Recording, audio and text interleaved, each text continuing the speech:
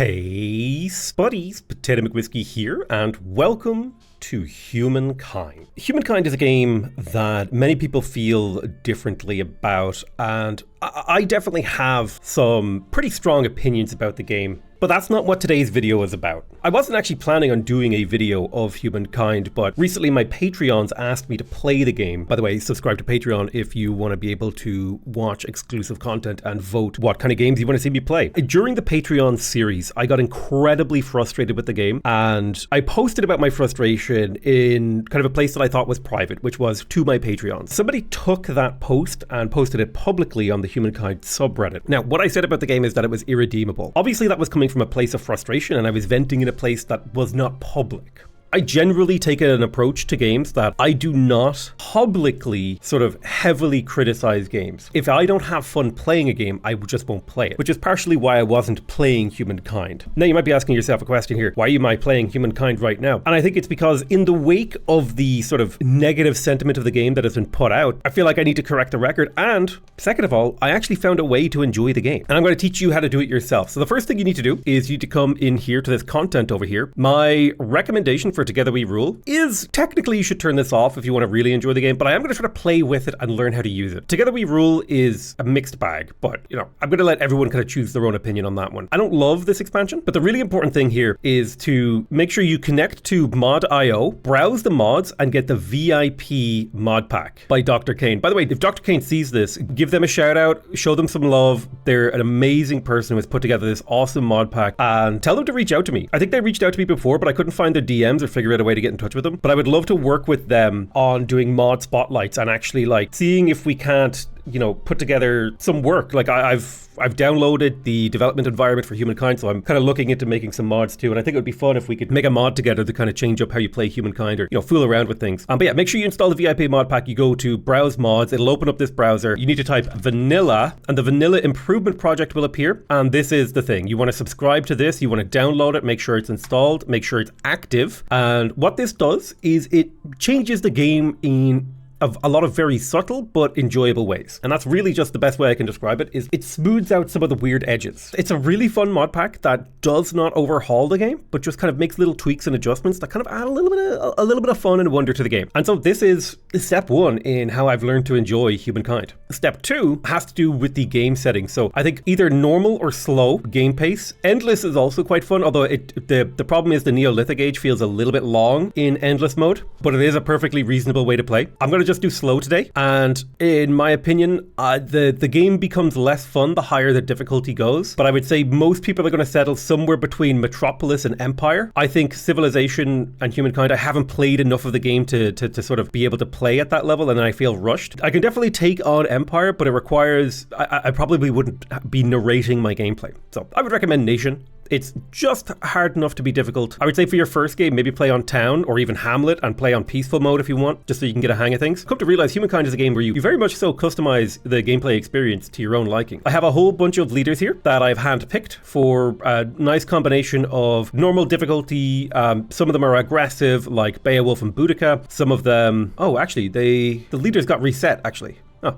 I'll have to try to remember who I had picked. I think I picked the Ancestor. I do like to have a aggressive Civ. So I'll take Bilquis. Boudica is good because she's a militarist. I'll keep Edgar, and I will also bring Victor, and we will also bring Alyssa. So I've got a good mix of, there's a couple of normal level AIs, there's a few advanced, so normal and advanced. I think this is a pretty good spread of different AIs. Now, in terms of the world settings, these settings are what I've kind of come to like. I like the map ratio. I think the important thing is to play with 3 continents and New World, yes. Otherwise, the rest of this is kind of like dealer's choice. I do like having larger land territories, like the default is 35, so I think going up to 45 is nice. The default for oceanic territories is 100, so I like to go up to 150. 200 becomes a little bit too big for me. I like the chaotic continent shapes. I think it produces a more interesting game. And I like standard climate, and most of these things are pretty standard. I do like there to be an abundance of resources and for them to be spread out. I like there to be a lot of natural wonders. I typically, when it comes to elevation, I like ridges and cliffs to be rare because I find them annoying for movement purposes. But other than that, like these are the settings that I more or less find enjoyable for Humankind. Without further ado, ado, let's go ahead and get started. I do just want to take a moment to appreciate all of you beautiful viewers. I want to thank you guys for watching this video. Do remember to like, subscribe, all that jazz. It's greatly appreciated. I have the greatest job in the world. I get to play video games and talk about them. And also, go right ahead and give me your thoughts and feelings about the game in the comments below. I actually do read the comments, probably more than I should for my own mental health. Okay, so welcome to the dawn of humankind. So our objective here is to gather food, science, and influence, as well as kill animals. So the map is quite large. It's quite enjoyable. Excellent. So we found some berries here. We're going to scoop those up. We gain 10 food. Every 30 food we collect with a tribe will get us an extra tribe. Our objective here as a nomadic tribe in the Neolithic era is to grow 9 population, accumulate 15 knowledge, and kill 7 animals. We only have to do one of these to advance. I like to try to do all 3, but it is sort of a question of like, well, how much of it can I get done before it starts to feel like I've been in the Neolithic era a little bit too long. So we've got to spawned in an interesting place here towards the south of the map. I'm intrigued by what's to my east and my west. So I think that's going to be the exploration direction, because I would like to be a sort of horizontal empire. That's kind of intriguing to me. We did pick up a curiosity, getting us a little bit of science and 5 influence. We need 15 influence to make an outpost. I think that's one of our major objectives in the early game, is to make the outpost. We have found a deer. I would like to hunt that deer, A, because it will get my tribe some experience, but B, it'll get me a little bit of influence as well, and food. So I'm going to attack the tribe from up, or attack the deer from uphill. And it looks like the deer came from the north, so I will be exploring that direction. We're going to do a manual battle, and I'll start on this tile, end my deployment. And you can see here, by attacking downhill, I get +4 combat strength from being on the high ground, which is really nice. I have the combat animations sort of simplified and sped up from what I remember. You can adjust these if I remember correctly. But we killed the deer, pretty straightforward stuff. We gained 5 food and 5 influence, so we're 4 influence away from creating an outpost. And also that counts as one of our kills for the hunters. Now we see a mammoth over there. We would like to kill a mammoth. They're a little bit harder to kill. And we got the stories in the stars event. So we could choose to take food, influence, or +1 combat strength. In this particular instance, I'm going to take the influence, because that could potentially lead to me placing an outpost right here next turn. And that's a pretty good outpost. 13 food, 9 production. So we'll just kind of see how that shakes up once we walk to that tile and see if there is a better one nearby. Yeah, 13 food and 13 production right here. Feels a decent amount better. So let's go ahead and grab that one. Really great river system. We've got a nice river delta kind of splitting going on there. Oh, and the deer was actually down here. I think I can't kill the deer this turn because my hunting party's a little bit hurt. So I'm going to wait a turn for them to heal up a little bit. I'm going to keep exploring to the west. Feels the most appropriate. And the nice thing is, once we have this outpost, it'll start to grow its own population, and then we can crank out even more scouts. All right, let's take on this deer, and we will manually fight it, starting on this tile.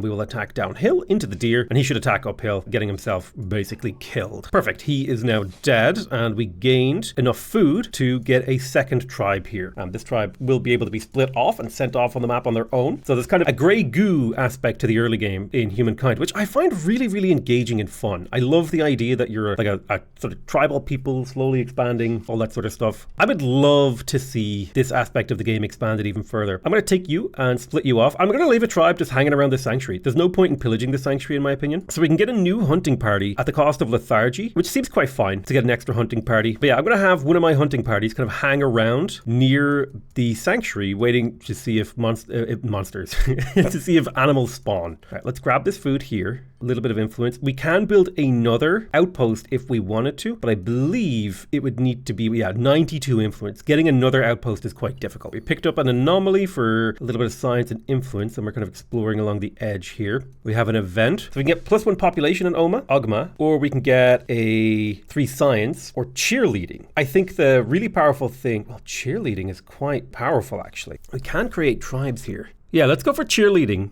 So we can maximize the influence that's pumping out of Ogma. Seems like a fun kind of choice in the early game. We're going to pick up this food. We now have 15 out of 30 food. It looks like somebody else went to the ancient era with the Nubians. And it's important to note, I'm actually playing with the new setting that the developers put out, which allows multiple people to play as the same culture, which is a change to the game that I greatly appreciate. I'll grab this little bit of food. Another sanctuary over here. I like to hang around the sanctuaries. They're good places to generate resources. You kind of just explore in a circle around them and try to catch the animals that spawn. I think ever since they reduced the amount of food you get from sanctuaries, it's not worth it to blow them up until you move to the next era where you get money for it. It's like my hot take. Ooh, nice couple deer for me to fight. I will manually battle this. What I will do is I'll go on the high ground and end my round to see if the deer will come find me. He does. He attacks uphill I also get +1 defense for defending, and then I can attack downhill and just get a very easy kill. We are going to have to wait for a little bit of health before we can fight again, but that's fine. We picked up some science and influence over here. You're about to pick up a little bit of food.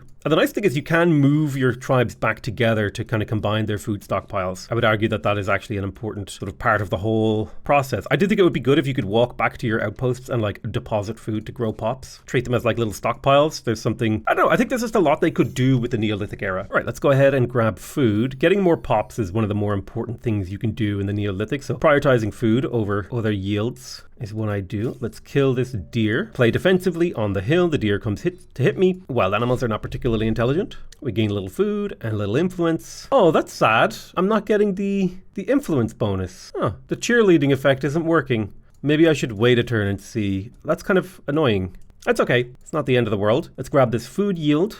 And that should create a new pop that we can send to go grab. We can split them off to go grab the anomaly. Put this guy on the sanctuary. I want to pick up that food. So we can reduce the cost of sailing and fishing, or we can take Swift on our tribes. I think I'll take Swift. I like them to be fast. Oh, another tribe has attacked me, which is interesting. I'm going to manually battle this, and I'll be in this nice defensive tile. He attacked me, you fool. I'll attack downhill and kill him. I gain 5 food and 5 influence. No war support or anything like that, but yeah, in the early game, you can attack, your tribes can attack each other out in the open. That's actually true for much of the early game. I'm kind of curious about getting control of this peninsula here. I like the way that it looks, even though my main outpost is over here in the far west. I think I would like to control this sector. All right, let's scoop up this food. Hopefully it's a 10 food pickup. It was only a 5, unfortunate. Yeah, it looks like I'm not getting the influence here, so I'm just going to spawn a tribe. Okay, the deer has attacked me. I'm going to pull back to a safe distance, and the deer will attack me again, kind of outsmarting the wild animals to minimize the damage my tribe takes. Perfect. More influence has been made. We've gained the knowledge star, so we can now advance if we want, and this will trigger an event that will have an effect for the rest of the game. So we can take Wattle and Daub, which gives us +1 production per population, or we can take Astronomy, which gives us +1 science per population. I'm going to take Wattle and Daub. I like the production, and we can now choose our culture, but I think I'm so close to these 2 others that I'm going to try to prioritize them, and I'd also like to get an outpost, maybe another outpost down.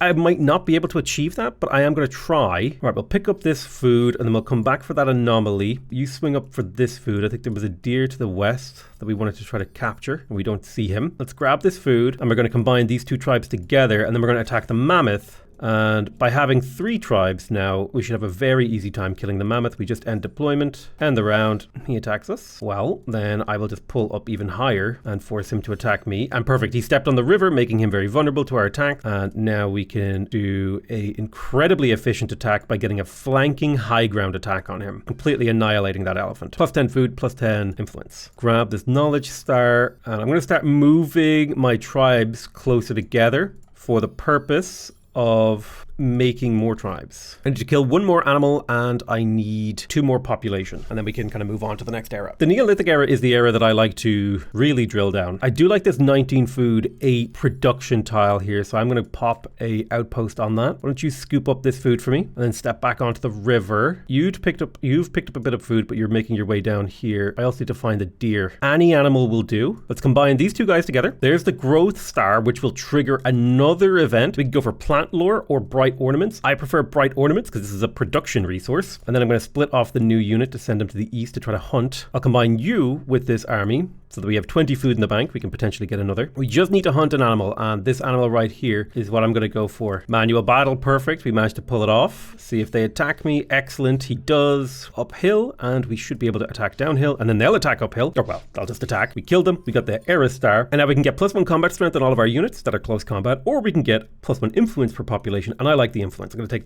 that. So we got all 3 nomadic era stars, and now we can kind of move on. I'm going to scroll through this list kind of randomly. I do like the idea of playing the Olmecs. +1 influence on territory, +1 influence per territory under the religion's influence is nice. It's an aesthete culture focused on generating influence. It has the javelin thrower. I like that. I think there is a sort of generic easy mode group, which is the Egyptians. Cheaper districts, extra production, a productive thing. Very, very good. Landmark part. What is a landmark? Interesting. I don't think I see any landmarks. I do see another player to the west. The Zhou are quite interesting. They get the Confucian school, which does give science per adjacent mountains. And that could be quite a powerful start over here in Ogma rather. My brain wants to say Oma because of the Oma stones, and that's just how they're pronounced in the Irish language. Yeah, we could put a Confucian school here and get a really strong start to science. Let's see, you get +2 stability on your districts, +1 influence, +8 stability, 2 science, +3 science for adjacent mountain. It could be a really strong science start. You know, I just like the Olmecs. I think that's what I'm going to do. I'm going to adopt the Olmecs. We're going to go for natural harmony, javelin throwers, and the Olmec head. That's perfect. So next turn, we will advance up into the Olmec. So here we go. We are moving on from the Neolithic era into the ancient era as the Olmecs. So with the Olmecs, you have reached the ancient era. We do have a gold problem, but that is something we will have to try to deal with. Our first city can be founded. Excellent. Outpost becomes a city. I think the only place we can do that is in Ogma. I'm going to keep calling it Oma. So the first thing we're going to do is get people to the capital to disband them into population. And we're going to turn Ogma into the capital city. So we're going to evolve the city to an outpost. We'll click that button. And now we have the city of La Venta. It's quite a small city, actually. Surprisingly small. The very first thing we're going to get to work on is the pottery workshop. We want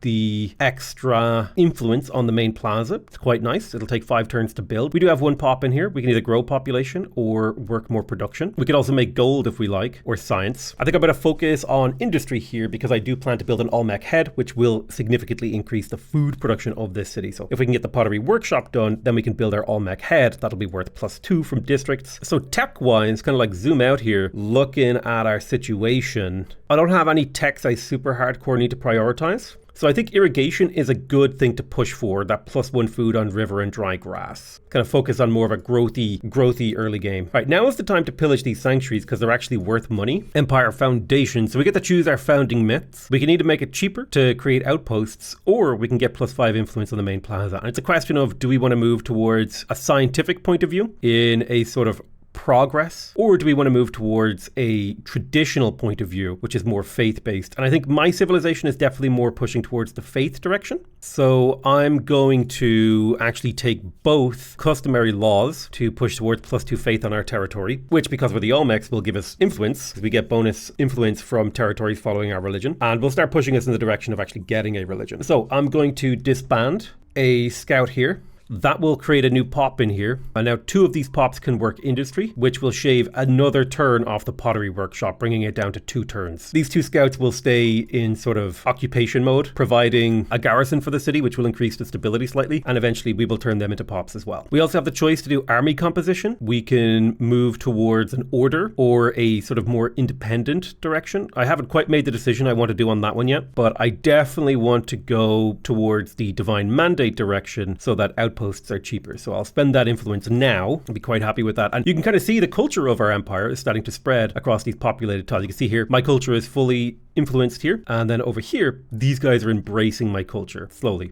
Scouts are a little bit stronger in this era, but they don't regenerate in neutral territory anymore. However, the advantage is we do in fact get money from fighting, and that little bit of cash can go towards rushing things like pottery workshops. And shaving a few turns off things in the early game is pretty significant, actually. Nice. We found a natural wonder which boosted calendar, getting us access to the artisan's quarter on luxuries and the granary. We discovered Zuma Rock. Zuma Rock is a natural wonder. It provides +10 stability, +5 fortification, +5 health regeneration, and +10 faith in the main plaza. Eventually, we do want to get control of that if we can. We're about to finish our pottery workshop, bringing up our influence quite a bit. I'm going to spend my gold to do a cultural blitz in the capital to get 45 influence, which is the estate special power. That doesn't get us an estate score for the estate star, but it is nice. Where would be the best place to put this city? Let's see. We've got 10, 5, 6, 6. Oh, here we go. 12, 13. Yeah, this is a great spot for an outpost. And this is an outpost I'm going to be attaching to my capital to give my capital a little bit of room to grow. It's a little bit cramped in here, so I want to give the city a little bit of space. Okay, we can create our religion. I think I'm going to go for polytheism, the +6 faith on main plaza. Shamanism is better if you plan to expand your cities to at least 3 tiles, but I'm going to go for the polytheism. And so our faith has been founded, and slowly but surely, people will convert. The question is, how much does it cost to found another city? 240 influence. So I want to save up for that and get the second city going as fast as I can. Okay, we found an angry animal lair, and so we should kill that as fast as we can. A, for the gold, B, to get rid of it. So of herds and heirlooms, we have the option to distribute, but I think we're going to say we're going to overlook these disputes, and this way we can go to even more faith. We're getting 3 influence from our territories. Our faith generation in here is quite strong. You can see here, this is animism, has 1 faith being produced here, whereas my religion has 15, so the ratio is 94%, which means people will slowly convert to my religion. Now, in order to advance my religion, I need 29 people following it. So we will need to switch over to growth at some point to focus on growing. But I think in the short term, I think we're kind of fine continuing as we are continuing. Or continuing as we have been going, rather. I think our primary objective is to seize all of the territories adjacent to our capital, because that will increase our influence gain and our population growth, and generally just set us up well, because we'll have control of a decent amount of territory with a decent amount of resources, all that sort of stuff. I'm going to spend 21 gold to finish the Olmec head. And then I'm going to build the granary. Once I finish the granary, I'm going to grab my workers and put them onto food. But for now, they're going to continue to produce production. This does mean that I can disband another unit, I think, into the city safely. And I can put them to work on science to try to get this irrigation technology a little bit sooner. I could put them onto gold if I wanted to focus heavily on production, or food if I wanted to focus on growth. I think I'm not focused on growth just yet. I still have runners I can disband, but I think I am intrigued by the idea of science right now to try and finish these techs a little sooner. So 17 food and 6 production right here is a great outpost. I'll queue that up. Boom. There it is. Natasha has been founded. And what we want are these pops to grow in these cities, because these pops can actually adopt my religion, which will make it easier for me to get to the next phase. And when I eventually turn these into cities or attach them to my cities, there will be ready-made population to start filling out the jobs. So I like the idea of the 1311 city right here. So we'll pop that down. That'll slowly accumulate resources for us. It might be good to get a maker's quarter before I get the granary. Or do I want to build a farmer's quarter here to get even more food?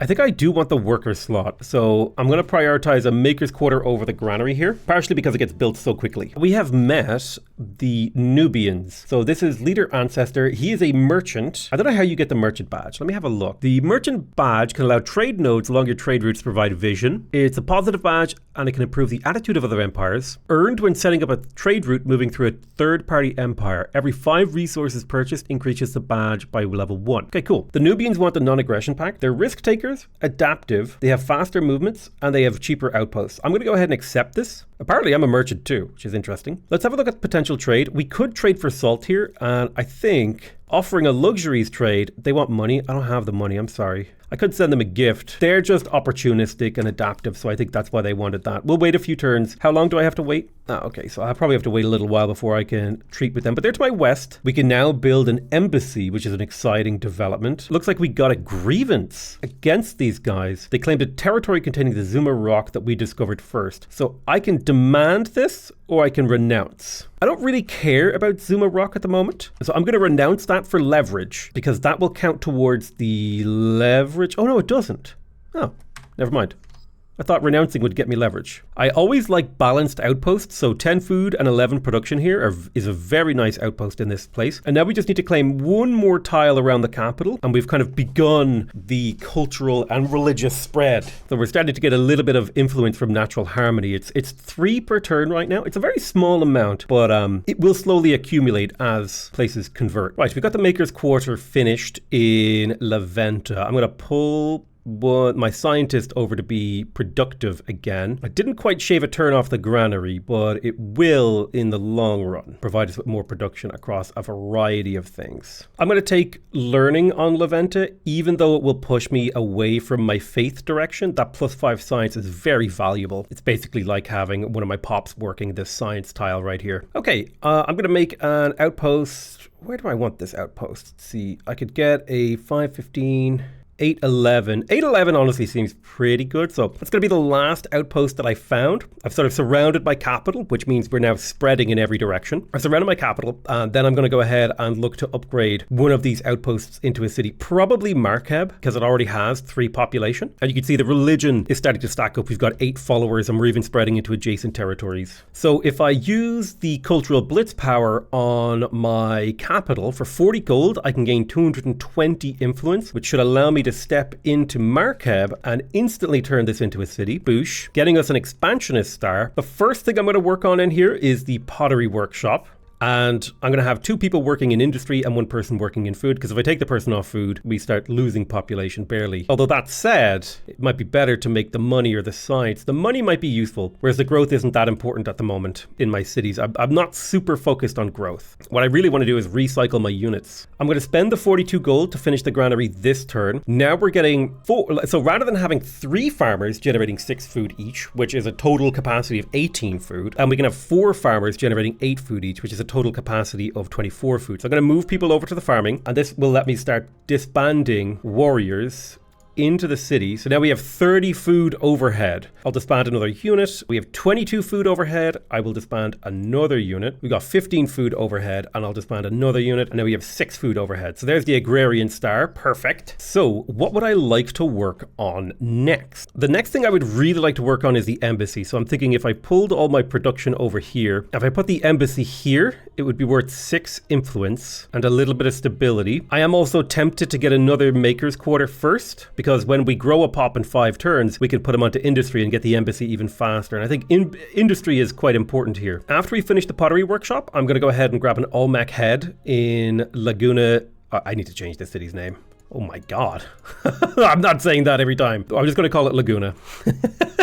I'm not saying that. Excellent. So the Nubians have invested in my silk extractor over here, and now we're selling the silk to them. We get +2 industry on maker's quarters. We can invest in this ambergris. This is worth +5 stability and +5 science, so I'm going to go ahead and grab that. Very useful. Luxuries are extremely valuable for me to grab, and this should also lead to me chatting to these guys. How would you like to trade luxuries? He's happy to trade luxuries. Excellent. Grabbing the porcelain would effectively allow the trade route to pay for itself. While it will cost me 9 gold per turn and 35 gold, the money on the administrative centers will help in the long run. I also want to buy the salt, and I'm going to buy 3 copies of the salt. So that will be, 8 food, 11 food, 14 food in my cities, which will help me grow. And I think one of our goals will be to scoop up as much of these resources as possible. Particularly the gemstones and the gold would be nice to grab. So we can go for +1 city cap, which would push us towards +2 influence on emblematic districts, or +4 influence on emblematic districts. Or we can go for autarky for the 25 stability on the capital and +5 stability on all of our cities as well as city cap.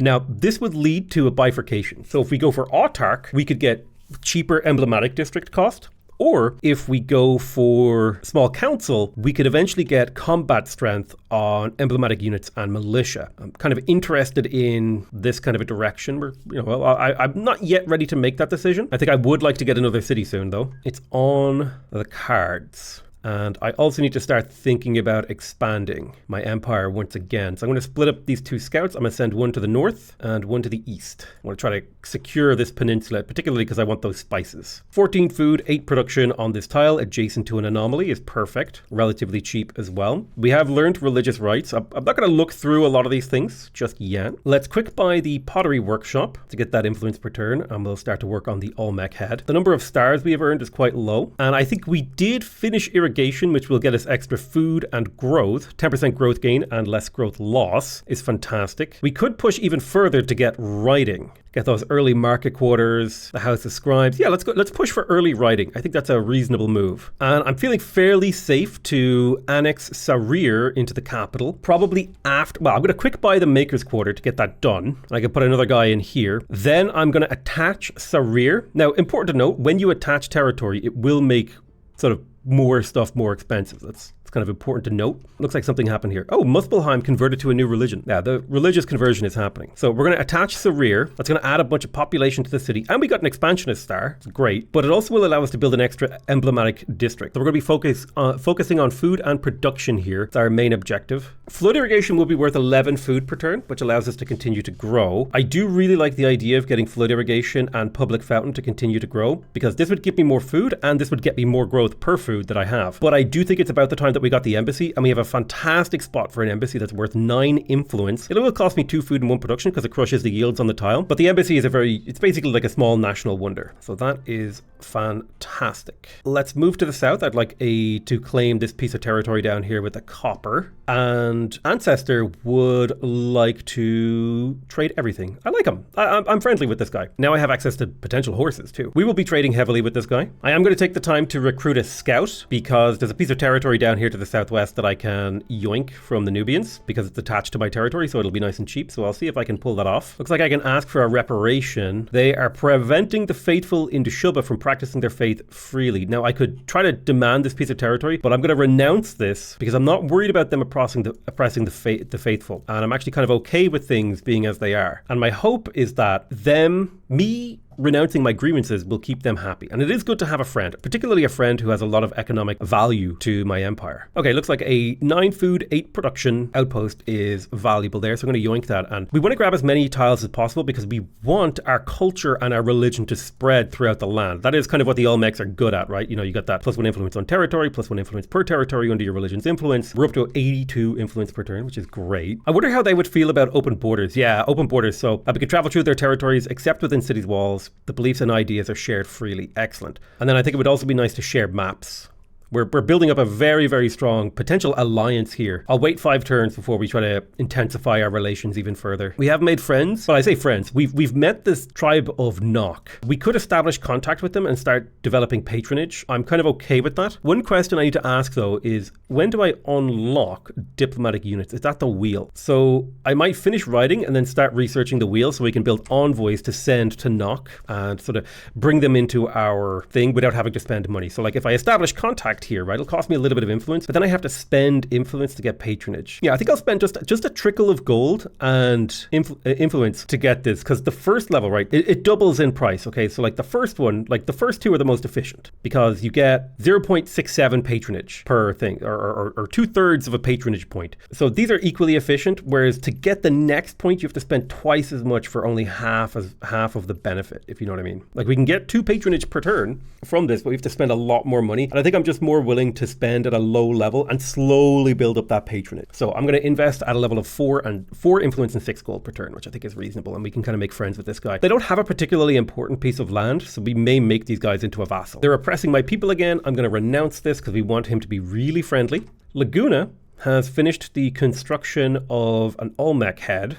I'm going to grab I want a maker's quarter in here, and I will grab the +6 one right there. Seems reasonable. Awesome. We've just finished researching writing, which gets us writing research, so things are cheaper. We've access to new things. And we discovered writing, which is a world deed, getting us a little bit of fame. We got an event in Leventa. We can go for Defiant, Superstitious, or Silence. I think we'll just go for Superstitious here to move towards traditionalism, which has been advantageous for us so far. Ooh, the Nubians now feel bound to me. So I'm going to go ahead and propose an alliance. We are now kin.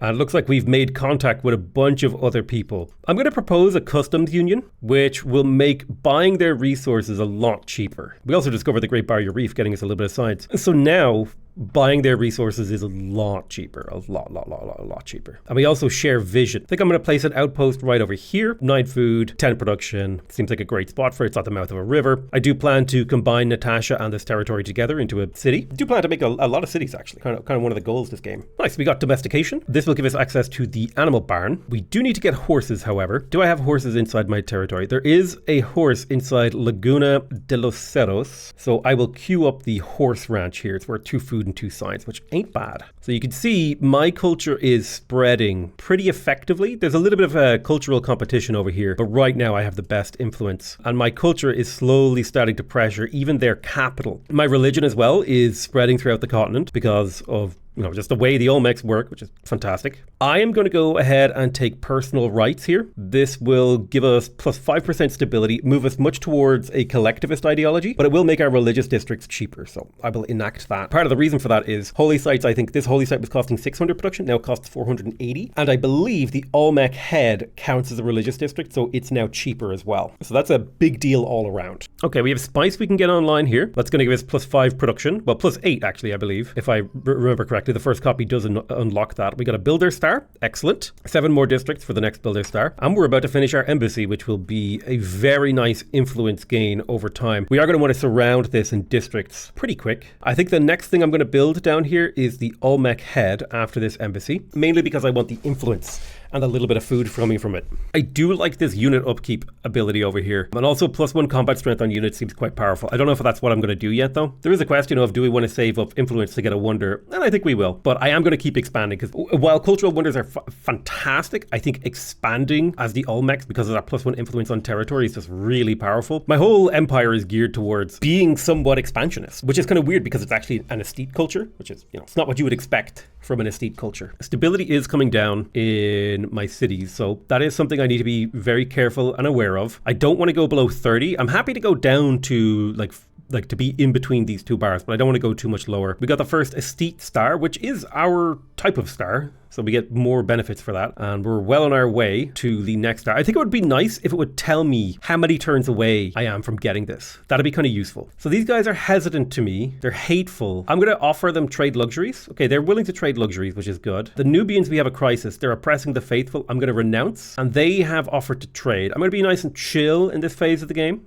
Chill island of trading peoples. Oh, this is a nice outpost. 17 food and 7 production. I do want to kind of save my resources a little. Should I expand or should I get a wonder? It's 270 influence. Yeah, let's keep expanding. Our empire is really well geared for expansion, so that's what we're going to do. Okay, awesome. We gained enough patronage with this tribe to sign a new treaty. We could do a trading charter, we could do a mercenary charter, or we could do a science collaboration. I think the science collaboration is really handy, so I'm going to do that. Laventa finished its Olmec. I'm going to take this guy off of working money and put him onto food. I want to keep pumping population into this city. So, what is the next step? I think building an obelisk of the gods right here for the stability and also surrounding the embassy. I'll put a farmer's quarter right there and a maker's quarter right here. I think this, and I'm going to do that in order of maker's quarter, holy site, farmer's quarter, and that'll mean the embassy is completely surrounded. And I also get special bonuses from the obelisk because that gets extra food, industry, science from adjacent districts and all that sort of stuff. So we're sort of starting to build up a really strong faith situation here in the capital. Yeah, maker's quarter first. Laguna has finished its strategic resource deposit. I want at least 2 pops in Almac before I annex it. There is a question of, do we want to move the city? Although this is tundra land, which is quite weak, so we may have to do something about that. I could get it to help build the obelisk of the gods. I think the thing to do here is to grab the granary so we can pump population into the city with growth. Right now we're generating a little bit of excess science, so I'll go ahead and grab that granary and it'll take a little bit of time to be built. The Nubians would like to share logistics so they can be upgraded, and we will share roads and transport infrastructure. I'm going to go ahead and accept that. In terms of trade, I think it could be good for me to grab the gold off of them. So for 105 gold and a few gold per turn, we're going to get, I think, 4% a gold increase in our city. So very, very little actual delta in the change in the gold. I don't think it's worth it for me to get gemstones yet, although the +5 stability is really nice, so I think we will grab that and we'll leave it there. We're not going to buy their strategics yet. I think buying their regular resources is good enough for now. Strategics don't do much until you actually have the infrastructure for them, so I don't see much of a point in getting them. Brilliant, we got an agrarian star, 27 out of 35 population. One of the ways I recommend that you enjoy Humankind is by playing slowly and consider it carefully. We have sold a resource and we researched the wheel, which means we can start getting our envoys. That is something we want to do. And roads are now created between our outposts, which is fantastic. So our sort of logistical control of our empire is a lot better now. Alyssa has gained the merchant star, and we have an event in the capital. So we can militarize, making units cheaper. We could be prosperous, or we could be bountiful. I'll take prosperous here. +5 gold is pretty nice. And I do think it's pretty reasonable here for me to go carpentry into masonry to get stoneworks and lumber yards to start pumping production into my cities. It's also time for a religious reform. We're going to have the Olmec polytheism. I'm going to go ahead and choose... We've been playing pretty chill, and I guess Buddhism has that chill sort of reputation. And we have to choose a kind of way we want to build. I do like the +2 stability on religious districts. That allows us, it's a decent amount of extra stability. Observing fasts gives us a little bit of extra food. Abstaining from intoxicants will give us a little bit of extra production on woods. Strategic resources would give us science. Hunting infidels is more of a militaristic direction. I don't know if that's how we want to play. Smiting unbelievers is really good for sort of militaristic play as well. I do like the be virtuous as water. I like that extra stability. It'll help us out throughout the game. It's a trickle of stability, and it makes us very much so focused on rivers. And we have a decent number of river tiles. If I kind of swoop in here and look, districts that produce stability, you can see here, +6 stability from be virtuous as water. So building districts on rivers now costs us less stability, which is nice. It's a nice ability for our empire. We can do a cultural blitz. I'm going to zoom out here and look and see where I can get the most return on investment. 70 gold. Yeah, it looks like if I pay 70 gold here, I will gain 300 influence. So I'll take that. And that should actually lead to me being able to maybe claim a wonder. I like the idea of building Stonehenge. I mean, Pyramid of Giza is just sick because a 15% district industry cost is like insane. But I do like the idea of playing in a more religious direction, right? If we take Stonehenge, it's 20 food. It acts as a holy site. It has extra faith. We get 100 fame. We can build stuff adjacent to it. We get food bonuses. So like my cities will get food based on the number of people who follow my religion, and my capital will get bonus food and stability based on the other empires that follow my religion. So I think Stonehenge is a pretty fun and cool wonder. I'm going to go ahead and take that. We'll go Maker's Quarter, Obelisk of the Cross, Farmer's Quarter, and then I'll build Stonehenge. Oh, wow. 30 food right here. And 64 stability. That's crazy to build Stonehenge over there. Yeah, we'll build Stonehenge over there. Now, before we build Stonehenge, I think we do have an obligation to improve the city.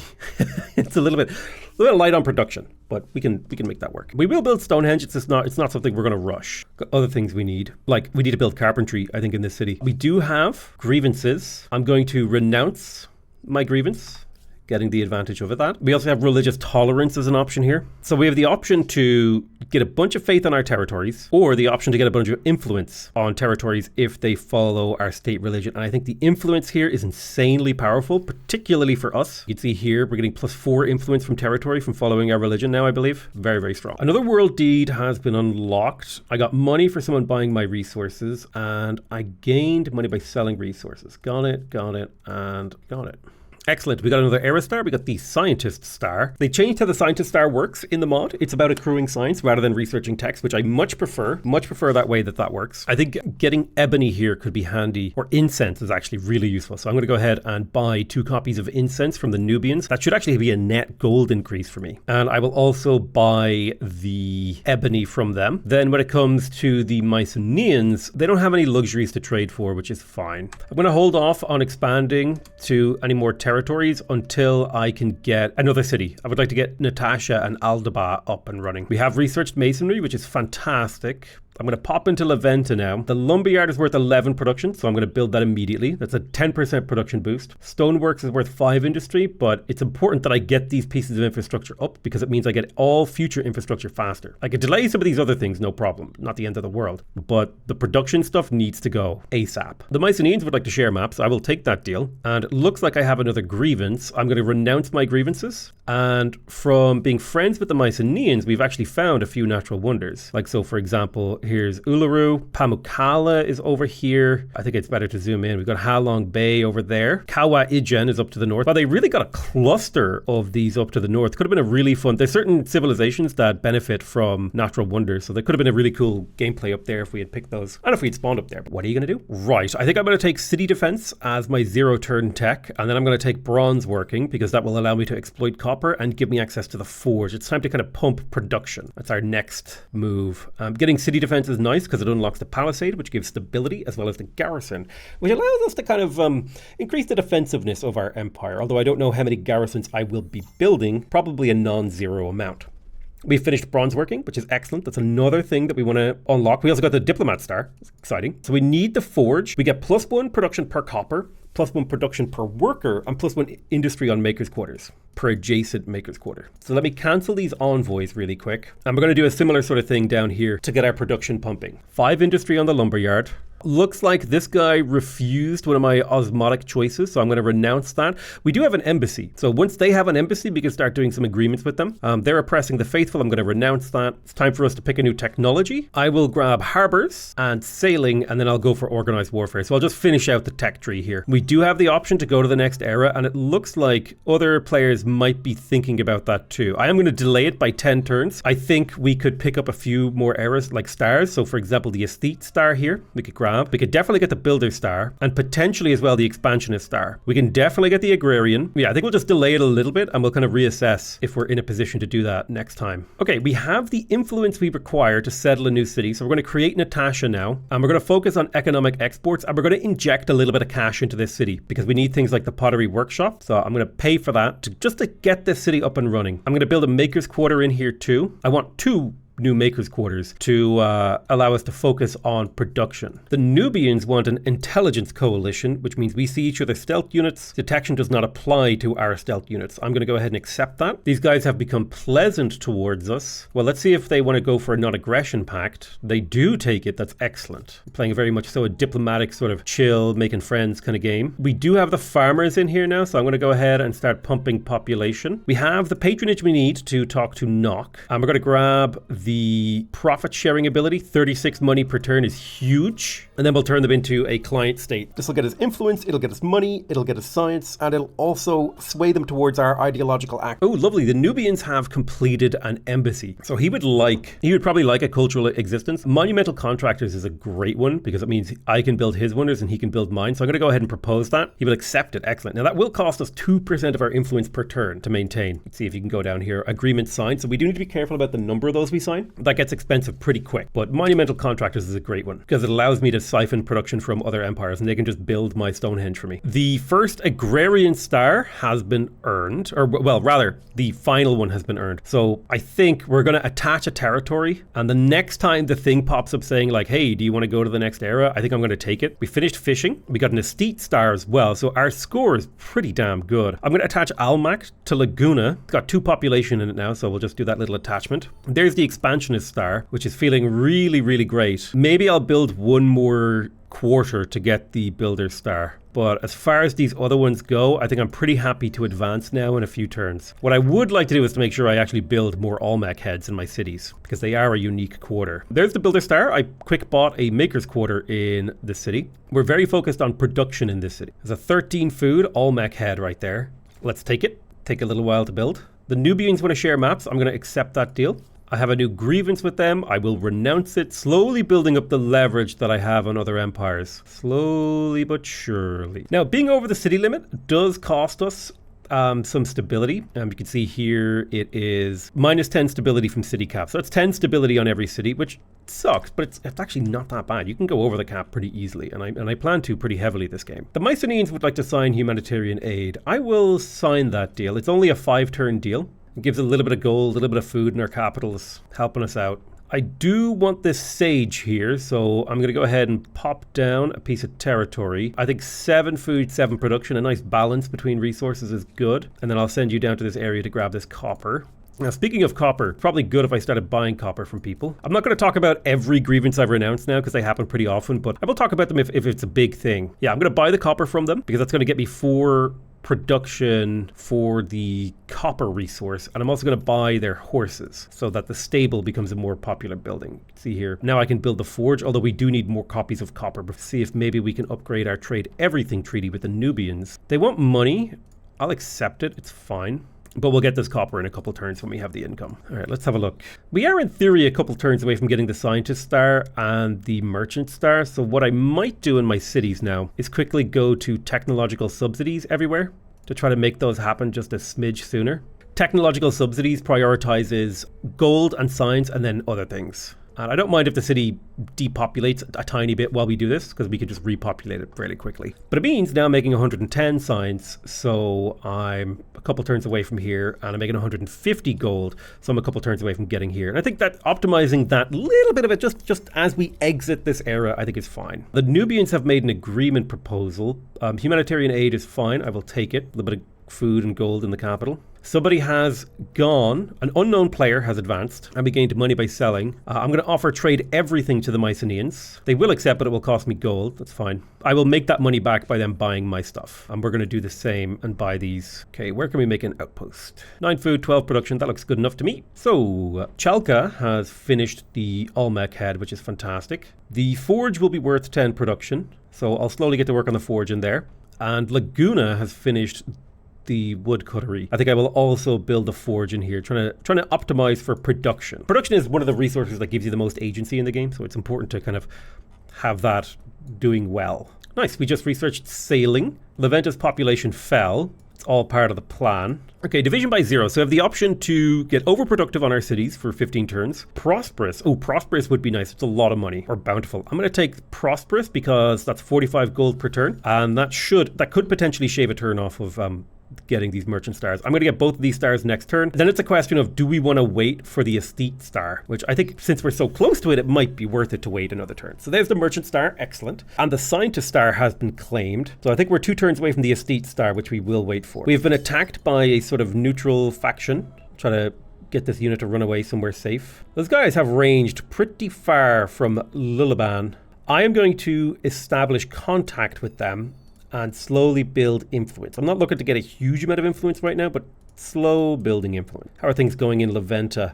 We've got the Obelisk of the Gods finishing next turn. I am going to pick up the Forge after that. And since we're looking to advance in a turn or two, in Laguna, I'm going to get started on the Olmec Head. I'm probably going to quick buy the Forge the second we have the Estate Star. There's Organized Warfare, which means I think we have finished the tech tree for this era, but we don't have the final Scientist Star. Pump a Forge. Now that we've started the Olmec Head, we can safely advance the second we have that Estate Star. Perfect. Awesome. And this was just a really satisfying Ancient Era. I didn't have to go to war and do all sorts of annoying and engage with it, like weirdness and stuff. Yeah, I think 13 food and 10 production right here on this outpost is fantastic, so we'll grab that. Apparently, all of your people believe in Buddhism. I don't know how they are the religious leader. Most holy sites. Okay, so I need to build holy sites to be the religious leader. Okay, I didn't realize that because Buddhism was my religion. Yeah, okay, so they built the Obelisk of the Gods over there. Okay, so I need to build Stonehenge right now because it counts as a holy site. I'm going to put all of my production into Stonehenge with the exception of Laguna, and I'm going to switch to the city growth pulp. I need another outpost over here. 8 and 8. It seems like a good compromise. There's the Estate Star. We could, in theory, faff around inside this era for a little bit longer. I think it's time to move on. We've kind of done that long enough. Retreat again. I'm worried about Alfurk being under attack. And let's have a little bit of a think about the next government we want to move to. I definitely want a religious next step in my empire because I've started with a religious bent and I want to continue as we started. I gotta say, I'm having a great time playing though. The Garamantes are very interesting. Lots of influence from growth, and the Fagara is able to turn even sterile terrain into very powerful food.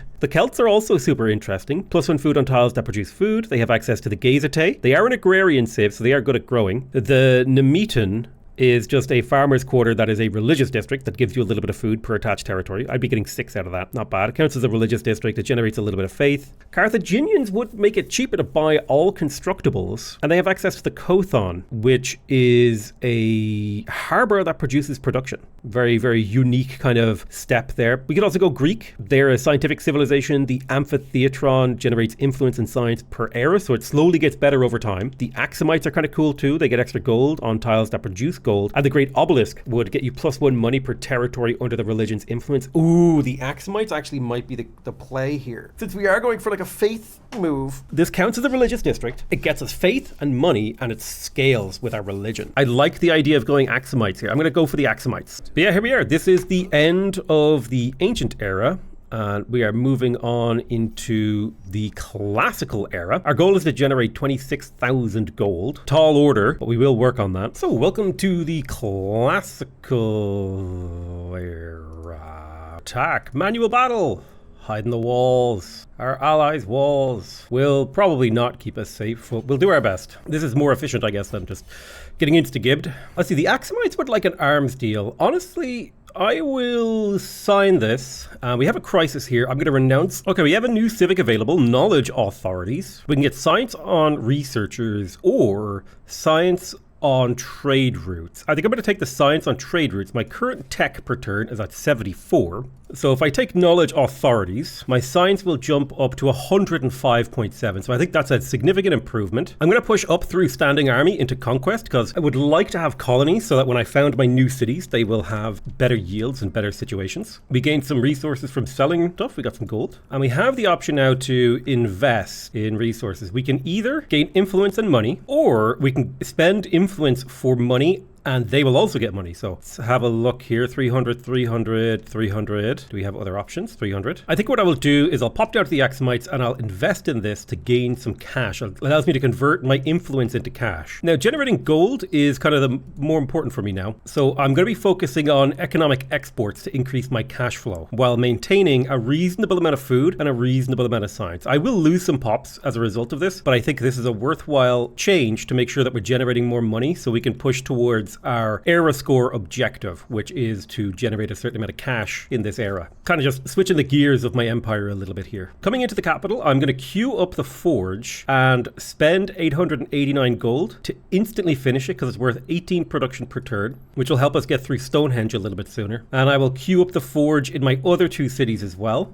if they don't already have them, to try and get them done. Okay, Leventus population has dropped. We have a new grievance. I'm going to renounce my grievances so that I can gain leverage. Leverage does make it easier to fight people in war. Waiting for the Stonehenge to finish. It's quite an endeavor to build a Stonehenge. I'm going to queue up an envoy in the capital to try to cut down the pops in here. And I don't need to do that in Laguna either, but lowering the population in my capital will be actually a fairly important move. And if I can lower the population, rather than just letting the population bleed out, if I can lower the population, handy enough. The Mycenaeans would like a arms deal. I'm going to go ahead and sign that with them. And I'm going to buy more of their copper to get more production in my cities. And I will also buy copies of their ebony, as well as their porcelain. That should actually provide a little bit of money. And the gemstones will be nice too in the long run, although I can't quite afford them just yet. That should lead to even better science and gold yields and all sorts of wonderful stuff. Nice, we have mapped the continent of Perseus. So we know what Perseus is, and we have access to both directions when it comes to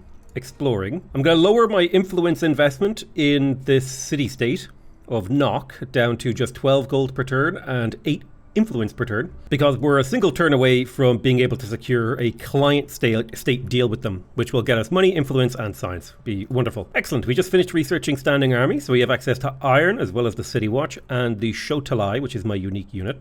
Again, any grievances I get, I renounce. I need to bring the population of my capital down, so I'm just going to keep building envoys. I'll send this one over to Napata, because he will actually generate influence from standing inside my friend's territory. And also I can make use of him to actually pick up leverage. Should, in fact, leverage be generated on the map, which it should start being generated. We should start seeing leverage appearing. So let's see, we can ride the steed, or we can get patriotism in Laguna. You know what, let's ride that steed. Has a chance of triggering another event, so that sounds like fun to me. Okay, let's rush out that envoy and then begin the construction of the next envoy. That will bring the population of the city down to where it's not bleeding out anymore. So they're generating 40 influence over there. In Kerma and Moreau, they're not generating that much influence. So I think the best person to send my diplomatic agents is to my ally here in the west. I will sign a scientific correspondence with the Exmites. I think that seems like a good move. I have plenty of leverage on them. I'm going to come over to Nock, and I could assimilate them, but I think I'm going to turn them into a client state when I have enough influence next turn. So my diplomat is in here doing a cultural bridge. So yeah, we're getting 4 influence from cultural bridges. Not amazing for this unit considering it costs 6 gold upkeep, but it is enough influence to be useful. I will sign a scientific correspondence with the Huns, and we will also see if they're willing to take the open borders. I could get an alliance with the Huns. Let's have a look. Well, I think from the Nubians I want to buy their resources, so I'll grab their copper.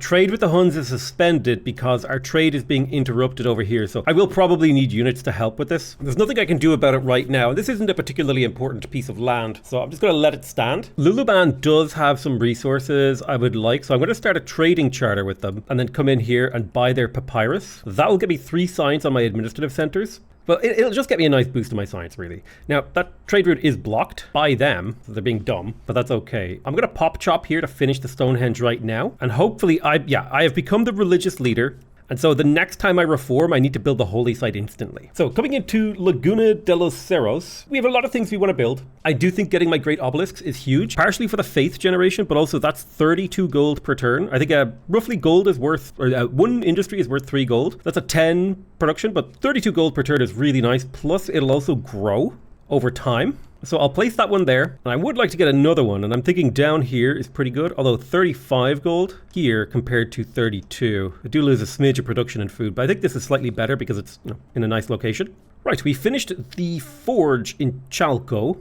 Definitely could be good to build the great obelisk here, and it might also be worth it for us to connect Aldaba now. So I'm going to go ahead and do the attachment. Ooh, that cost us some population. I tell you what I'll do. I'm going to pop chop in here and then stay on economic exports, and we should see this city's population recover very quickly. I don't love pop chopping, but when you're negative food, I think it does make sense, especially if the building you're chopping out gets you food so you grow back faster. My capital city is growing really quickly because we have finished the Stonehenge, which is fantastic. So I'm going to pick up Animal Barns. Animal Barns is worth 10 food. Floody irrigation is worth 14, and I'm going to grab the public fountain to increase my growth rate. So the three of those things together should allow me to grow my capital not only larger, but faster. I do need to think about what I'm going to do about these units over here. I will get started with a barracks to make my units cheaper.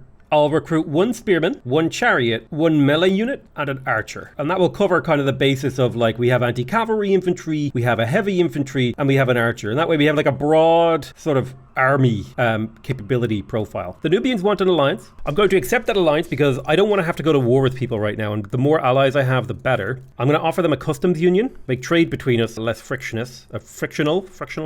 I did pop chop in Laguna, so I can disband the scout at long last into the city. We do have to think about religious minorities. Buddhism, I believe, is our state religion, and we're going to be keeping it that way. It's what we want, ideally. Let's talk to Nock. We're going to turn them into a client state. Boom. So by turning Nock into a client state, we have exclusive access to renting their army, should we wish. Let's grab the Sage Artisan Quarter over here. Make a 96 gold from our patronage of Nock. That could be worth it for us to make more independent cities. That is a thing we can do. Overproductive on Leventa. I could get 17 production. I would like the cheaper unit production for 15 turns because I am starting the production of units. My allies require me to reinforce them in this battle. I'm going to order my unit to join them in the battle. I don't care if they get it killed. Not the end of the world. I just wanted to get rid of these goddamn barbarian units. An event in the capital. We get 100 influence and prosperous on Leventa. Perfect. It was a good outcome. The Axumites would like to get a cultural entente. This would get them a lot of food and industry.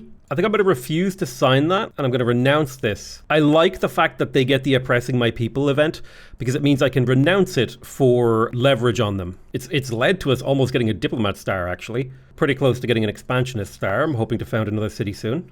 Okay, Chalka Tsingo has finished the first Great Obelisk. We definitely want another Great Obelisk. There's a 36 gold obelisk right here. And remember, this gets stronger the more we spread our religion. So it's definitely the case that we want to keep spreading our religion. Every territory that's under the control of our religion gives us a lot of resources. Very much so focused on a kind of sort of religious game here, which I find is a very intriguing and interesting way to play. Now, somebody over here is building the Lighthouse of Alexandria. I could help my ally. I'm a little bit too busy in the capital, but I don't know if I want to help them right now. Instead, I would rather look at how much I need to get my own wonder. Not too much, a good few turns away. How much would it cost me to found another city? Looks like it'll be about 1,600 influence, so we'll save up for that. I'm going to go for overproductive on Leventa. Perfect. And I think I'm going to go for conscription to make my units cheaper. Making my units cheaper to maintain, it might actually make them cheaper to upgrade too, although I don't know if that's actually true. But I like the idea of making it really cheap for me to build armies in terms of production. I don't need my armies to be very strong because mostly what they'll be fighting is like of-era tech independent people because I've got allies with basically everyone on the continent right now. Let's finish purchasing all of the Hun's horses. Yeah, so it's quite expensive to maintain these trades, but they are very lucrative in the long term. We've finished research and conquest, so if we do found more cities, they are more efficient. They start with an extra production, they start with extra population, and they start with all of the constructible infrastructures from the ancient era. Very handy. Let's go ahead and quick buy this archer just to get them out, and then we're going to let the capital run through these constructions. In Chalcatzingo, I'm going to quick buy the Great Obelisk to get it finished. And now I'm kind of interested in growing this city back up to its higher population. So I'm going to grab flood irrigation for plus 10 food, as well as the public fountain for plus 3 growth. Something I would really like to grab is this right here, the customs farm. The +1 money from ongoing trade would help across my empire, so I'm thinking of grabbing it. Hydrology is another great one. It's another level of irrigation, as well as the watermill and even more growth. So I think I'm going to prioritize hydrology first. The Carthaginians would like to do a cultural exchange. I'm going to go ahead and accept that. And our army is complete. It is a broad spectrum. We've got a heavy infantry unit, a cavalry unit, well, a heavy cavalry in particular, a anti-cavalry unit, and a indirect fire ranged unit. So I think we cover the kind of broad spectrum of what's possible, which means we can counter anything that comes at us, but not like super efficiently. Laguna has finished both of its great obelisks. So our faith and gold income is very much so secured here. The city has plenty of potential for growth. So I'm thinking if we grab the animal barns for 13 food, flood irrigation for 12 food, and the public fountain for the boost to growth, I think the combination of these three will allow the city to hit its population potential. And remember, I have sort of legacy traits that give me a lot of industry and gold and influence from having population. So growing population is useful. We finished researching hydrology, so that's another thing we'll start to consider in our cities. And it's time for another tenet. I think I have kind of two really good options here. Undertake pilgrimage would allow me to build 2 holy sites, which is quite powerful. Give alms would give me a lot of gold. I think either of these is fantastic. I like the idea of undertaking pilgrimage. It makes enacting civics quite quite a bit cheaper, and being able to build 2 holy sites has a lot of value there. But I think I'm going to go and take Give Alms, because my emblematic quarter this era is a market quarter. So this is just an extra little chunk of gold. This does scale better though. Yeah, I'm going to take Give Alms. The +5 money on market quarters is pretty nice. Now what I want to do is instantly build that holy site if I can. Yeah, the Golden Pagoda is a really great spot over here inside Laguna, and so I'll pop it right there. I'll tell all of my cities to work on the Golden Pagoda just so we get it nice and finished real quick. The Axumites would like diplomatic cooperation. Now they're starting to really eat into my influence. I am getting some from cultural bridges though. I'll accept the diplomatic cooperation, but now we need to do a cultural exchange. I need that influence. I'm going to open up relationships with Veltsna up here as well, and I'll influence them at level 2 and see if we can't get control of some of these independent nations. Let's get to work on Imperial Power. We want that customs farm. We're doing a lot of trading, so that money is useful. I'm not building units in Leventa, but this could be a good excuse to get the patriotic buff. I'm going to do patriotic in Leventa and use it as an excuse to build more military. These military units will act as a garrison for my other cities to provide stability and also just combat power to make me look a little bit scarier to my enemies. Not that I have any enemies, but I think having a military, even if you don't plan to use it, makes the AI respect you a little bit more. We have the option to claim a new wonder or settle a new city. Let's kind of look at those 2 options. Pyramid of the Sun is really awesome. Pyramid of Giza is also sick. 15% industry cost on districts. I think that's just too good not to take. So we'll just grab that. Now, we'll wait a few turns before we start building it. But my next shot of influence will definitely go towards the construction of a new city. A new holy site has been finished over here, and it is going to churn out beautiful yields for this city. Lots of faith happening. I have 3 holy sites compared to the 1 of some of these other nations. It's very important that I maintain control of my religion. Let's do a power investor. So if I invest here, it's 70 gold for 300 money. And I think that's basically standard, but I could also invest influence to get like this iron online, which I can then buy from them, which could be useful, could be very useful. Now, speaking of my gold, I think I'm going to use my gold to help out Laguna here. So I'll buy the animal barns and the flood irrigation, bringing the city up to 30 food surplus, growing 26% of a pop per turn. And while the public fountain doesn't give you that much more growth, it's just a smidge more growth. And that does matter. I'm probably going to be pumping all of my gold into Laguna de los Queros. The ancestor, the king of the Axumites, has made an agreement proposal. He wants cultural entente. I don't see a reason for me to sign this. It's advantageous for me not to sign this. We've completed another stack with a diverse sort of array of units. I'm going to send them to Chalcatzingo to act as the city's garrison. That'll give the city an extra 20 stability, 5 stability per unit that is acting as a garrison. I think it's basically just has to be on a connected city tile. I think it would be cool if, rather than just ransacking trade, it would be cool if there was a sort of protect trade ability where, like, if I parked a group of units on this trade route, they would have like slightly lower upkeep because they're taxing the trade as it comes through. That way I could kind of like act as a trade route enforcer. So like I said, I'm going to pump money into Laguna. So I'll quickly finish the public fountain. I think it does make sense to grab artificial reservoirs. That's 12 food right there. Also, the water mill is 16 production. So I think artificial reservoirs, the water mill, and then probably the aqueduct to continue to pump money through this city to get it up to a, it's a sort of a, if you put all of your money into a single city, that's the return on investment on that city starts to scale quadratically back on itself, which is very, very powerful. I'm going to put this army to sleep in Chalcatzingo. They will perform their mission admirably. We have researched Imperial Power, so we have the all-important customs farm. That is a very, very important ability. We're going to get a lot of money out of the trade from that, is my hope. We also get access to the Commons Quarter, which is a very fun and interesting district, although we don't have much use for it at the moment. But that was, in fact, a world deed, so we do get a bonus for that. Now, I'm just saving up to be able to found another city in Al Nair. The Carthaginians would like a scientific correspondence. I will sign that deal with them. I'm also going to ask them if they would like a science exchange. And it looks like they do, which will get us a 5% science boost. Looks like we've pretty much, made friends with everyone on our island right now. Well, I say island, it's a continent. I think with gold being my main objective here, I think getting trade expeditions to get the taxation office, which gives you +2 money on emblematic districts. That's between, like 4 and 8 money per city right now. It's pretty decent cash-wise, and it also leads to some better stuff, and it really just pushes our cash flow forward. And it also leads to charcoal kilns, which I think are an important next step for optimizing for production and gold, which is what we're doing in this era. Chalcatzingo has finished its construction queue. There's nothing super important we need to build here. We don't need the granary right now because we don't have any farmers. I think getting the lumber yard for 7 production, the water mill for 18, and artificial reservoirs for 10 food is a good set of decisions for this city. We'll keep the city churning away, making better yields. I have enough influence to evolve the city. I'm going to look for an outpost location. No, first things first is I'm going to build a harbor. And I want a harbor that is well positioned to generate a decent amount of food, but also be a good option for market quarters. So I think this one right here is the best compromise because the harbor gets +3 money per adjacent market quarter. So if I plop a little harbor right here, it only gets 6 food, but it could have up to 12 gold from market quarters being adjacent. So I think the +6 here is the best compromise. So I'll put that harbor there. It's also a nice little protected harbor. And then we're going to relocate this outpost. Since food is being brought in by the harbor, we're going to oh, I accidentally misclicked and upgraded the city instantly. Well, it happens. We're going to build the Great Obelisk next to the harbor here.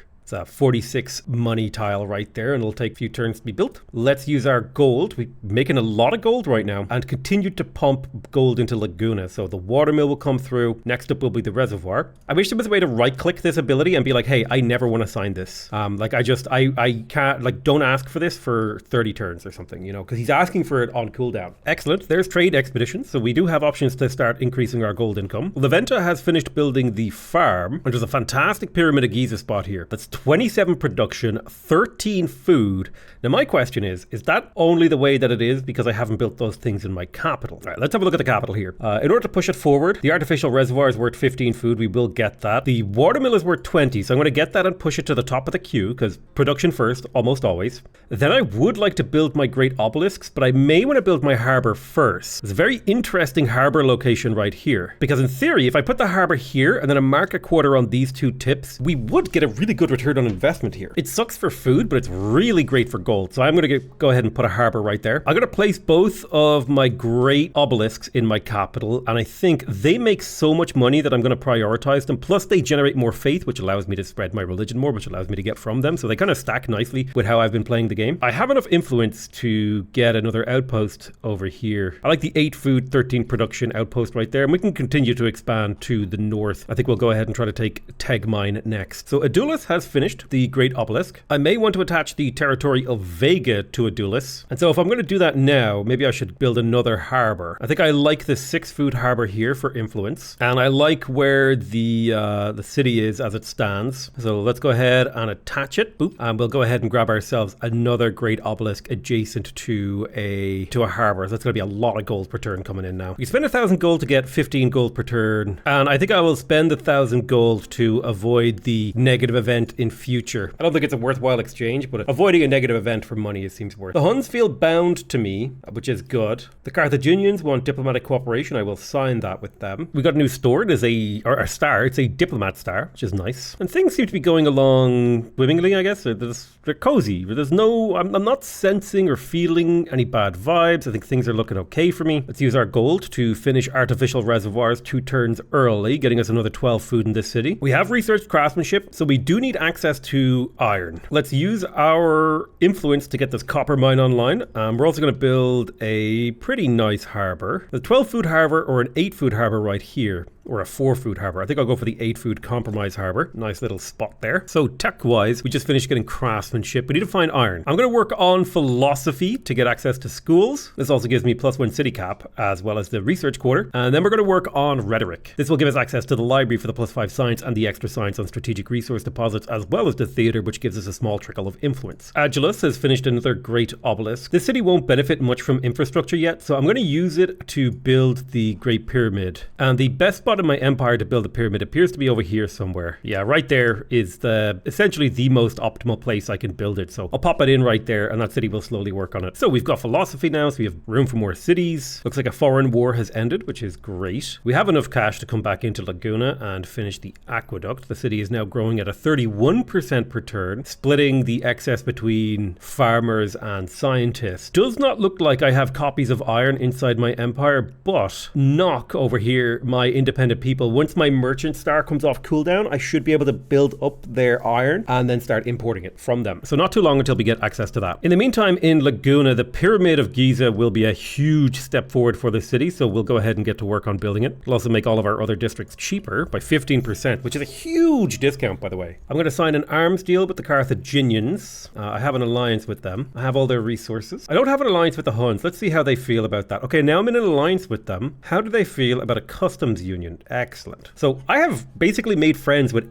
Oh, wow, they're forward settling each other. I've made friends with everyone inside the known universe of my empire. Oh, this looks like the new world. I would love to go explore that myself. Probably going to be the goal in the next era is to try to get some boats over there, which means over here in Chalco, I'm going to start pumping money into Chalcatzingo to be able to get a viable sort of coastal launching point to head to the new world and colonize it. So I'm going to go ahead and gold pump artificial reservoirs. I'll start a 7-food harbor down here. The logic being that that's kind of a prerequisite for building up to the next phase of the city's development for being a naval launching point. But yeah, I'm just having a great time just chilling in Humankind. The game is actually quite fun when you take your time, when you chill. So I have a grievance with the Axumites, I renounce. The Huns have made a proposal, cultural entente. That is what I don't want to sign because I like getting the grievances against. But yeah, you can see my culture is spreading throughout the known universe everywhere. There is a little bit of cultural pressure coming from outside over here, but my culture and religion is dominant, which was the hope.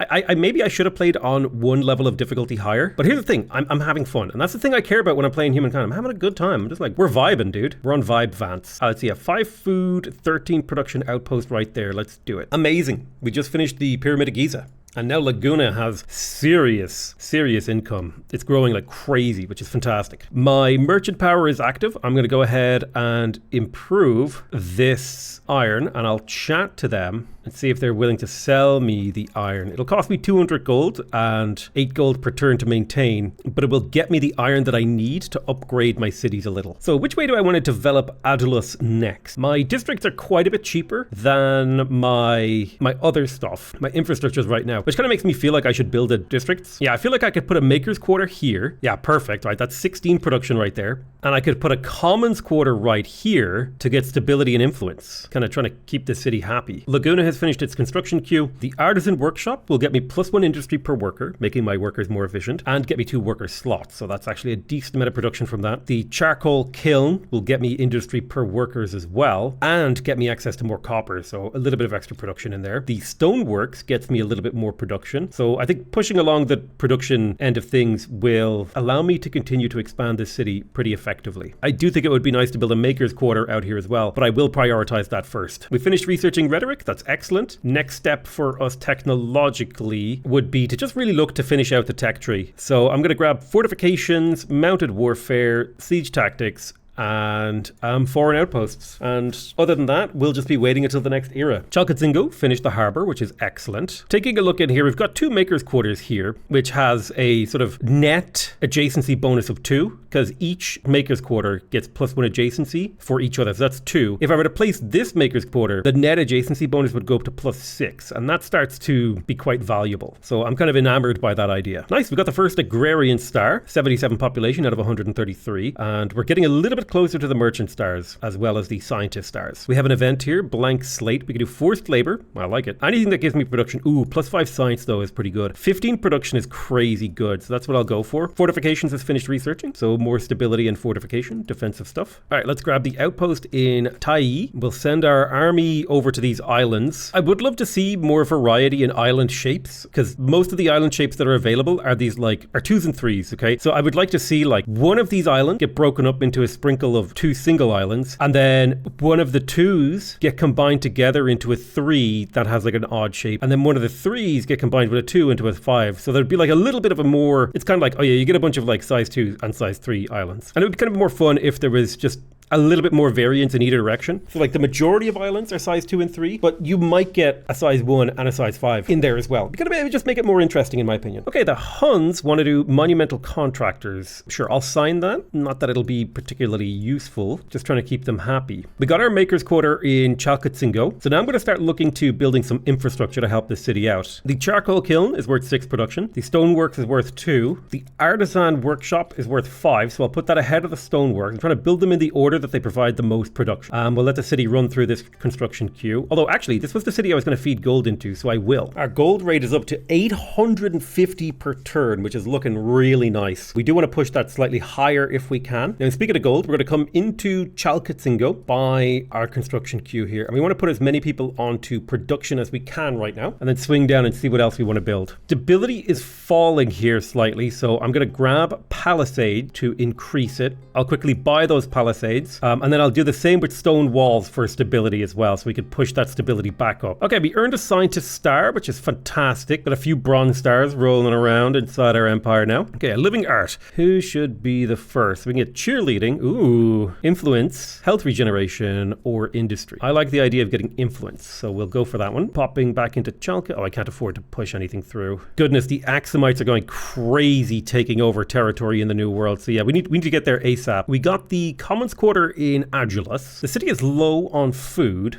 And we don't have many ways to increase the food except for building a farmer's quarter. So I think I'll pop a farmer's quarter right there and let the city slowly build it to try to bring the food back up to a more useful level. Right, Chalco finished the walls, bringing its stability up. We definitely want more gold from this city, and it could be good for us to build a few industries. The food is very low as well, and it is nice to keep a city growing. There's a 17 food farmer's quarter right there, so I'll buy that and that'll finish it. Now, in theory, putting a farmer's quarter here would lower the production of the tile, but that's actually fine because it would increase the productivity of these makers quarters because I have the thing that allows them to have synergy. So that's an extra 12 food right there as well. Right, Leventa has finished its harbor. This city has a great output of food and production and gold and all that stuff. I think the artisan workshop would give us a decent amount of production, as would the charcoal kiln. I'll get them charcoal kiln into artisan workshop in that order. And then I'm going to get the aqueduct for growth. Siege tactics is finished. A new wonder can be claimed. We would maybe like to do that. We could get the mausoleum of Halicarnassus. +2 science per district and +2 influence per adjacent district. It's a pretty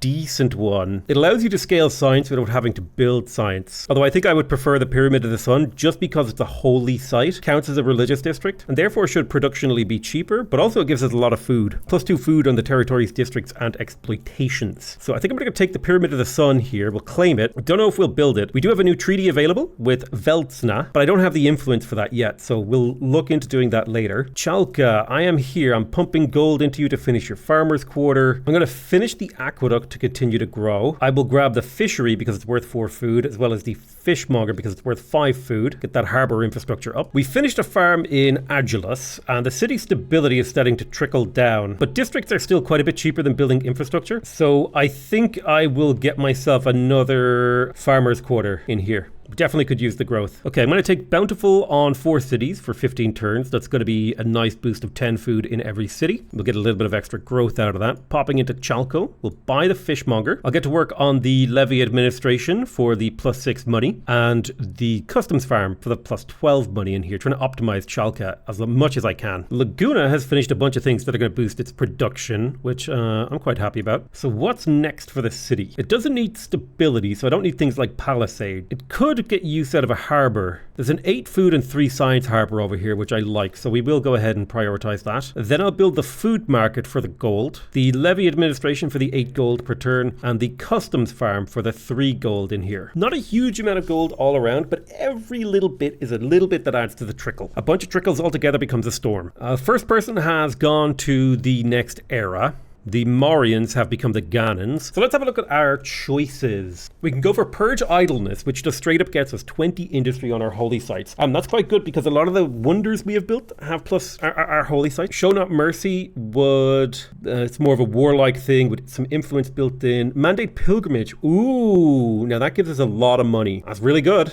Proselytize Daily would give us influence and stability from our commons quarters, which is very powerful. Develop the Intellect is 3 science and 3 influence on holy sites for every adjacent district or exploitation, which I believe if you fully surround a holy site is 6 times 3. That's 18 science and 18 influence per holy site. I'd put that on par with Purge Idleness. Very, very strong. It's kind of a choice here between Proselytize Daily and Purge Idleness, and I feel like Purge Idleness is just such a default choice. But man, it's so good. I like the idea of the extra influence and stability from Commons Quarters though. That seems quite fun and it'll scale really well into the late game. We finished Foreign Outposts, which I think means we finished the technology stuff for this era. era. Our merchant ability is active again. I guess I'll just pop it there for a little bit of extra cash, and then I'll drop into Chalkatzingo, buy out the buildings in here. I think it would be nice to build a commons quarter somewhere in this city. We could lose 5 food and 2 production to gain 22 stability, which I like. So let me pop in there and blast out that commons quarter. That's nice little bit of influence as well. We want to keep that influence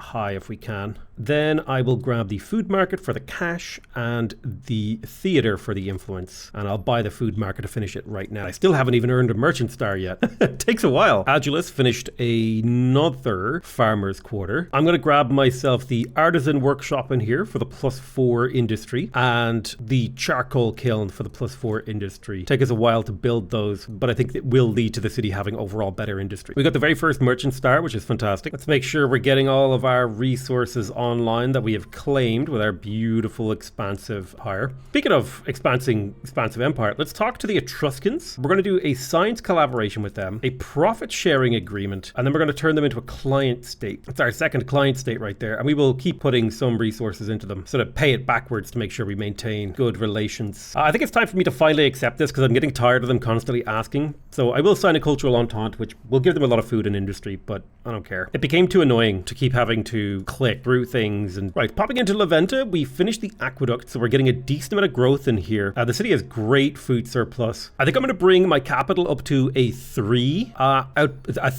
tile region, and I'll quickly just grab the Great Obelisk, and I'll pop the Pyramid of the Sun up here in the north after I finish the Great Obelisk. Well, I guess I can buy it instantly and just start increasing our gold income. But I want this Great Obelisk pretty badly. I'm going to pop an outpost right here adjacent to these 2 anomalies and getting access to gemstones and stuff. Right, so we have the theater in Chalkatzingo. Let's grab, well, we have a little bit of excess production. We could pump that into the Pyramid of the Sun, I guess. Get that finished really quick. We got an agrarian star, big fan of that, and a scientist star. So we can look to go to the next era. I'm not too far off picking up a few more stars, but I feel like I've gotten value out of the Axomites. I think this thing has been fantastic. I would maybe like to get another merchant star, but that's going to take another 10 turns. It is worth 260 fame. So I tell you what I'll do. I'm going to check back in 10 turns and we'll see where we stand there. We haven't met the Ghanaians. Queen Bilquis. I'm going to go ahead and accept the trade luxuries deal. I'm going to pop in here. I'm going to see what I can buy off her. Yeah, I'm going to buy everything that I can. So I got you. I'm going to buy all of the mercury. That's going to be a decent science boost. I'm also going to buy all of the lead. There's going to be extra science on my researchers. I will buy the ambergris. That's another boost. She also has pearls, which is going to increase the amount of money I make from my traders. It's fantastic. Incense gives me money just on my cities, which is amazing. Now the maintenance cost here is getting a little bit expensive, but I think it is worth it for me to do this, especially for stuff like getting the ebony here. This is so much production. We'll also grab the sage, 2 copies of sage. Now we're trading everything, getting us a ton of luxury bonuses. I'm also going to buy her copper because that's worth production, and I'll grab her horses because that's worth food. Now that does mean that my gold per turn just tanked because of my trade route maintenance, but in theory, okay, we got swamp fever. We're going to honor as our goal. In theory, that will get me vision of her empire, I think. Pyramid of the Sun completed. Now, the trade routes do cost a lot to maintain, but I'm hoping that that money comes back to me in the form of other yield. Right, Leventa finished the Pyramid of the Sun. This city is growing like crazy. Oh yeah, we'll suffer, sadly. We can build another golden pagoda. It would be nice to build one over in Agilus to get some religious spread through our trade routes. Chalka finished the theater, as was expected. I'm going to go ahead and build a garrison down by the harbor so that we have a unit deployment location down there. So I'll pop the garrison. I will get myself a pair of horsemen to go explore the new world. Take them a while to get there, but they will. Okay, so I have the option to go for slaves. I don't have overpopulation issues just yet, so I don't think it's particularly important.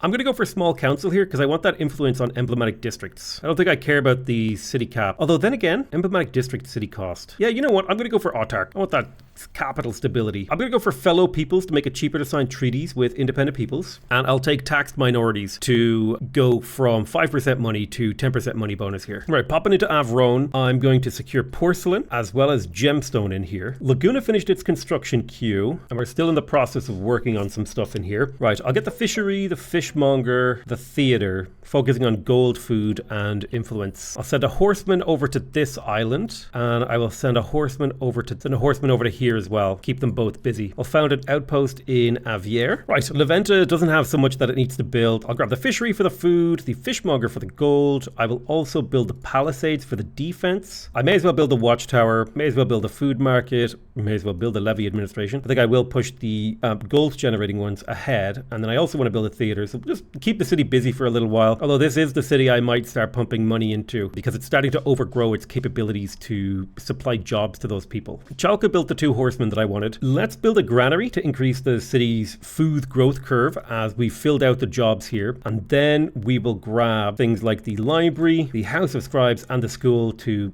slowly push science as the city continues to grow. Ooh, we found the Wakari volcano. Neat, right there. Agilis has finished building the charcoal kiln. Not a city with a whole lot of water tiles, so it doesn't need stuff like the water mills, but I could build a maker's quarter over here and then like a farmer's quarter on that. Instead, I'm going to focus on the levy administration, the custom farm, theater, focusing on gold. Oh, lovely, we got a scientist star. We finished all of our science. Probably means I can come into my cities now. Just put science as the last thing that they should focus on. Yeah, so production, gold, food, science is what we're going to do. Production, gold, food, science. So that's going to be the order that we do things in every city, because generating excess science now just doesn't seem like it has much of a point. But our science is crazy. 461. You love to see it. Scientific exchange with the Axomites. I will accept that. This will make my units more expensive to maintain, but I'm hoping that in the long run, it will be worth my while. Okay, let's push some gold into the capital to finish a couple of buildings. The customs farm is worth 72 money in here, so we will go ahead and take that. That's a fantastic building. We got an estate star. Awesome. And we're about to get another merchant star. And we're 5 pops away from getting an agrarian star. So I may wait for that. Oh, we found Mount Vesuvius. Awesome. Love it. Make a little outpost over here. Yeah. 10 food, 10 production, roughly. Ooh, we found Salto Angel. It is a serious question as to whether or not we want to advance now. We've got a lot of stars. 55 builder stars. I definitely need more jobs in the capital. My people do not have enough jobs. I guess I'll put a maker's quarter right there. 2 food, 16 production. Seems tasty. We'll give you an extra industry job. Similar sorts of stuff going on in Laguna. We don't need science, so we won't build those science buildings. But we could definitely pump up production in preparation for the next era. I like the idea of 19 production and only -2 stability, so I'll pop a maker's district right there. We got the merchant star. Awesome. It's not that far off getting the next merchant star. Just another 9 turns. And we're not exactly super behind the curve on switching to the next era. Some people are just ahead of the curve. We can advance our religion once more. +1 science per religious follower on religious leader. +5 industry on religious district and +2 influence on religious district. That's insane. +1 money on district per 2 faith generated. That's super powerful. Sustaining the faithful or donate generously seems crazy to me. The industry and influence on religious districts just seems like so damn powerful. So I'm going to take that, which I think is the final tier of ability you can get for your religion. But I'm super happy with that one. Let's quick buy this in Leventa. We don't want to be overpopped too much if we can help it. I'll build the House of Scribes for the 2 researcher slots in here. That seems like a pretty reasonable pull. Yeah, I'm so close to a bunch of these. I think I can gold the merchant star, the agrarian star, and the builder star if I keep building district. Nice. There's the agrarian star we were looking for. 24 production. That's so nice on a maker's quarter, man. We're starting to spread across the new world like a nice plague. That's what was a plan. We gotta spread. We'll set up a lunar calendar. Looks like we have a grievance we can take. We renounce. We renounce. So something I'm going to do here in Avier, I'm going to build a harbor right there. That'll get me the builder star that I was looking for. And I'm going to build a harbor right here. And the hope is that this will facilitate religious pressure through these areas, through those harbors, allowing me to begin pressuring this continent with my influence. It's kind of like the dream. Let's see if it works. I'm hoping this will be the only turn I need now to get my merchant star. Perfect. Amazing. So we gold starred the merchant, the scientist, the agrarian, and the builder stars. A little bit behind on these other areas, but I always find at least these 2, that's kind of like if you're more militaristic, you might get these. But the diplomat and the estate stars I find particularly hard to fulfill. But no big deal. We've made huge progress with our empire this era. Things are looking up really nice for me here. And I don't mean to like rag on the game, but for the first time in a long time, I'm actually enjoying playing Humankind in this way. I'm just enjoying, playing it slow and chill and relaxed and not worried and just going with the flow. But I think it is time for us to pick a new culture. I think I like playing religious games. So I have a bias here towards Annie things that provide religion as their... Oh wow. The Mississippians are really cool, but anything that's a religious district. I love the Sacred Mount. 50% industry reduction, cost reduction on adjacent tiles. That's super good. And it's a religious district. It gets money per adjacent district, and it provides faith and industry on your religious districts. Fucking crazy. Crazy powerful with my build. The English are kind of unique because they give you industry from your farmers' quarters, which is a nice little trickle. The Khmer or the Khmer are very powerful. The Bahre is one of the most powerful things from what I remember in the entire game. You just plant this on a river and you go crazy. The Teuton very much so fits my build. +1 money per state religion follower, +1 science per state religion follower. I have a lot of state religion followers. The Kaiserdom would give us faith per the number of adjacent empires, baseline influence, baseline faith, and extra faith per adjacent district, and extra industry per adjacent holy site. It's pretty damn good, the Kaiserdom. Counts as a religious district, so it gets all the benefits we have towards those. The Ghanaians are also quite powerful. Lots of money per number of accesses to luxury resource, and money per number of accesses to strategic. So trading actually kind of has a little bit of a refund there, and the luxuries market is very, very strong for trade. Alternatively, we could go in a more scientific direction with the Franks. We would just straight up get a 10% influence boost. Our research quarters would be cheaper forever, and we could build a scriptorium, which is a religious quarter that's also it's a religious district that's also a religious research quarter, and there's a decent amount of potential influence coming from those. We've also got the Byzantines, which gives you money from your commons quarters, money from your religious districts, and money from your emblematic districts, which we have a decent amount of all of these. The Hippodromus gives you money per horses and extra money per adjacent. Some potential there. The Bulgarians are a diplomat civilization. They get extra leverage when they defeat an empire without losing units. On that one. The Aztecs are very fun if you want to go, exploring and fighting. Ooh, Rapa Nui, the Micmac's Eye, gives you +1 industry on coastal water and applies a bonus to 7 turns to newly created cities. Could also build the Moai. The Moai 1 is 5 faith, 10 food, -10 stability. The Moai 2 is 10 faith, 10 food, 10 influence, and the Moai 3 is 15 food, 15 of each of those. I'm kind of curious about the Rapa Nui. It's an interesting idea for them to have 3 unique districts. Now the thing is, the Moai can be built once per territory. The Moai 2 needs to be built on a Moai 1, and the Moai 3 needs to be built on a Moai 2. So you slowly build these up. I don't know who I should pick. The Mississippians feel like the strongest choice for me in terms of a religious direction because of the faith and industry. The Teutons feel like a very thematic thing to solidify our faith. The Swahili are just fun because they get so much stability from harbors. Oh wow, I didn't even consider the Taino now, but +3 food per number of territories in your sphere of influence in all cities. We have a huge sphere of influence. +2 food on commons quarters. That's quite powerful. The Beatty is a commons quarter that gives you extra influence when your city is settled. So when it has a high stability. Fairly powerful there. And it gets all the benefits of a commons quarter. Could be a really strong agrarian follow-up. The problem is that they're not religious. The Umayyads are an amazing religious follow-up civ, by the way. +4 science on religious districts. We built a decent number of those. Yeah, I think I would pick the Teutons. I like the money. I like the science. The Kaiserdom is fun. No, I don't want to play the Teutons. Do I want to play the Teutons? Part of me wants to play Rapa Nui, and I've never played as Rapa Nui before. Industry from coastal water is a very unique ability, so I'm going to go ahead and I'm going to take Rapa Nui because I think they're very unique, they're very different, and I've never played as them before. And they also have some religion and some faith, which is kind of pushing in the direction that I've been playing so far. But yeah, there you go. We're entering into the medieval era as Rapa Nui. Autocrat Edgar has fallen. He has fallen into the ashes, apparently. Whoever was living on the other island killed him. Maybe he fell to rebellion. All right, medieval era, go. Let's see, La Venta. Well, I think first things first we want to do this era is kind of have a little bit of a think about our technological progress. I do like the idea of picking up feudalism here so that we could start settling more cities that are advanced. I'll go ahead and grab that. That's going to be priority number 1. And we have a choice of land rights. So we can go for communal land or inherited land, which allows us to use money instead of influence to claim and attach merged territories. I'm not so fussed about that. I think I'll just take communal land here. The extra little bit of food is nice. I'm also going to go ahead and push for war slaves here. Extra industry from overpopulation seems like a good move. So we are an autarch, and now in order to unlock the next tier of autarch, we have to have at least 3 market quarters and 3 commons quarters in a city. So we're going to have a look at the capital and start building some commons quarters in here. There's a good one right there. Don't love it, but I also don't hate it. And I suppose this one down here will do. Right. Watchtowers have been completed in Laguna de los Cerros, but I would actually like to take a look at Carral here. I think this is where Edgar died. So I would like to establish contact with this city that he flipped independent, because it'd be cool if we could grab that. Ooh, we could build a Moai. Okay, so sorry, I just punched my fucking microphone.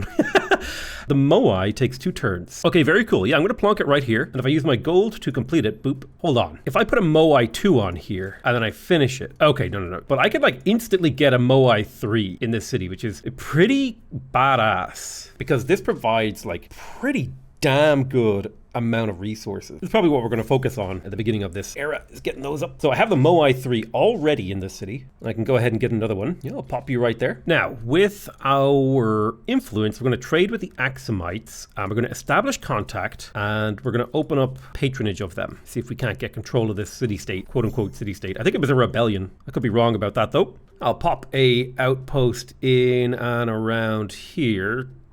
Trying to find a good balance of food and production. Just not a whole lot of production around this area, so I'll take the 13 food and 4 production. There's a 16 food tile here, which I like, so we'll go ahead and get started on that Moai, and then we'll upgrade it to a Moai 2. Where do I want to activate my builder ability? It'll probably be in the brand new city that I settle once we finish feudalism. Okay, fundamental values. We can make garrisons cheaper or commons quarters cheaper. I think commons quarters will be the one that we pick. There's feudalism, awesome. So we can do the colony model now, and I'd like to get a colony over on this, so we're going to save up our influence for that. Gotta say, I'm really enjoying playing Humankind right now. The mod changes things just enough to make things kind of exciting and interesting and new, and I'm exploring things that are familiar yet different. Oh wow, look at that. 15 food Moai right there. Loving it. Where's our other Moai gonna go? I guess all of these tiles are pretty equivalent, so I will plonk it right here. Seems fine. We finished feudalism. We do have a discount to war summons. The Great Fish Market would be amazing for our cash flow, and making oceanic trade cheaper would be really nice. So I'm going to go for Seafaring Mastery next. Oh boy, a whole bunch of new things just happened. I'm not entirely sure why I can see the whole world. Oh wow, they had all the independent peoples over here. Weird. We had like none, and they had them all. A little bit chaotic. But this is where I'm going to criticize the game a little bit. I don't like the shape of the territories. This should never happen, in my opinion. This little weird noodle, this should be a triangle right there. And then the game should be like, oh, the majority of this river, like I really do think the lines of territories should like follow important geographical markers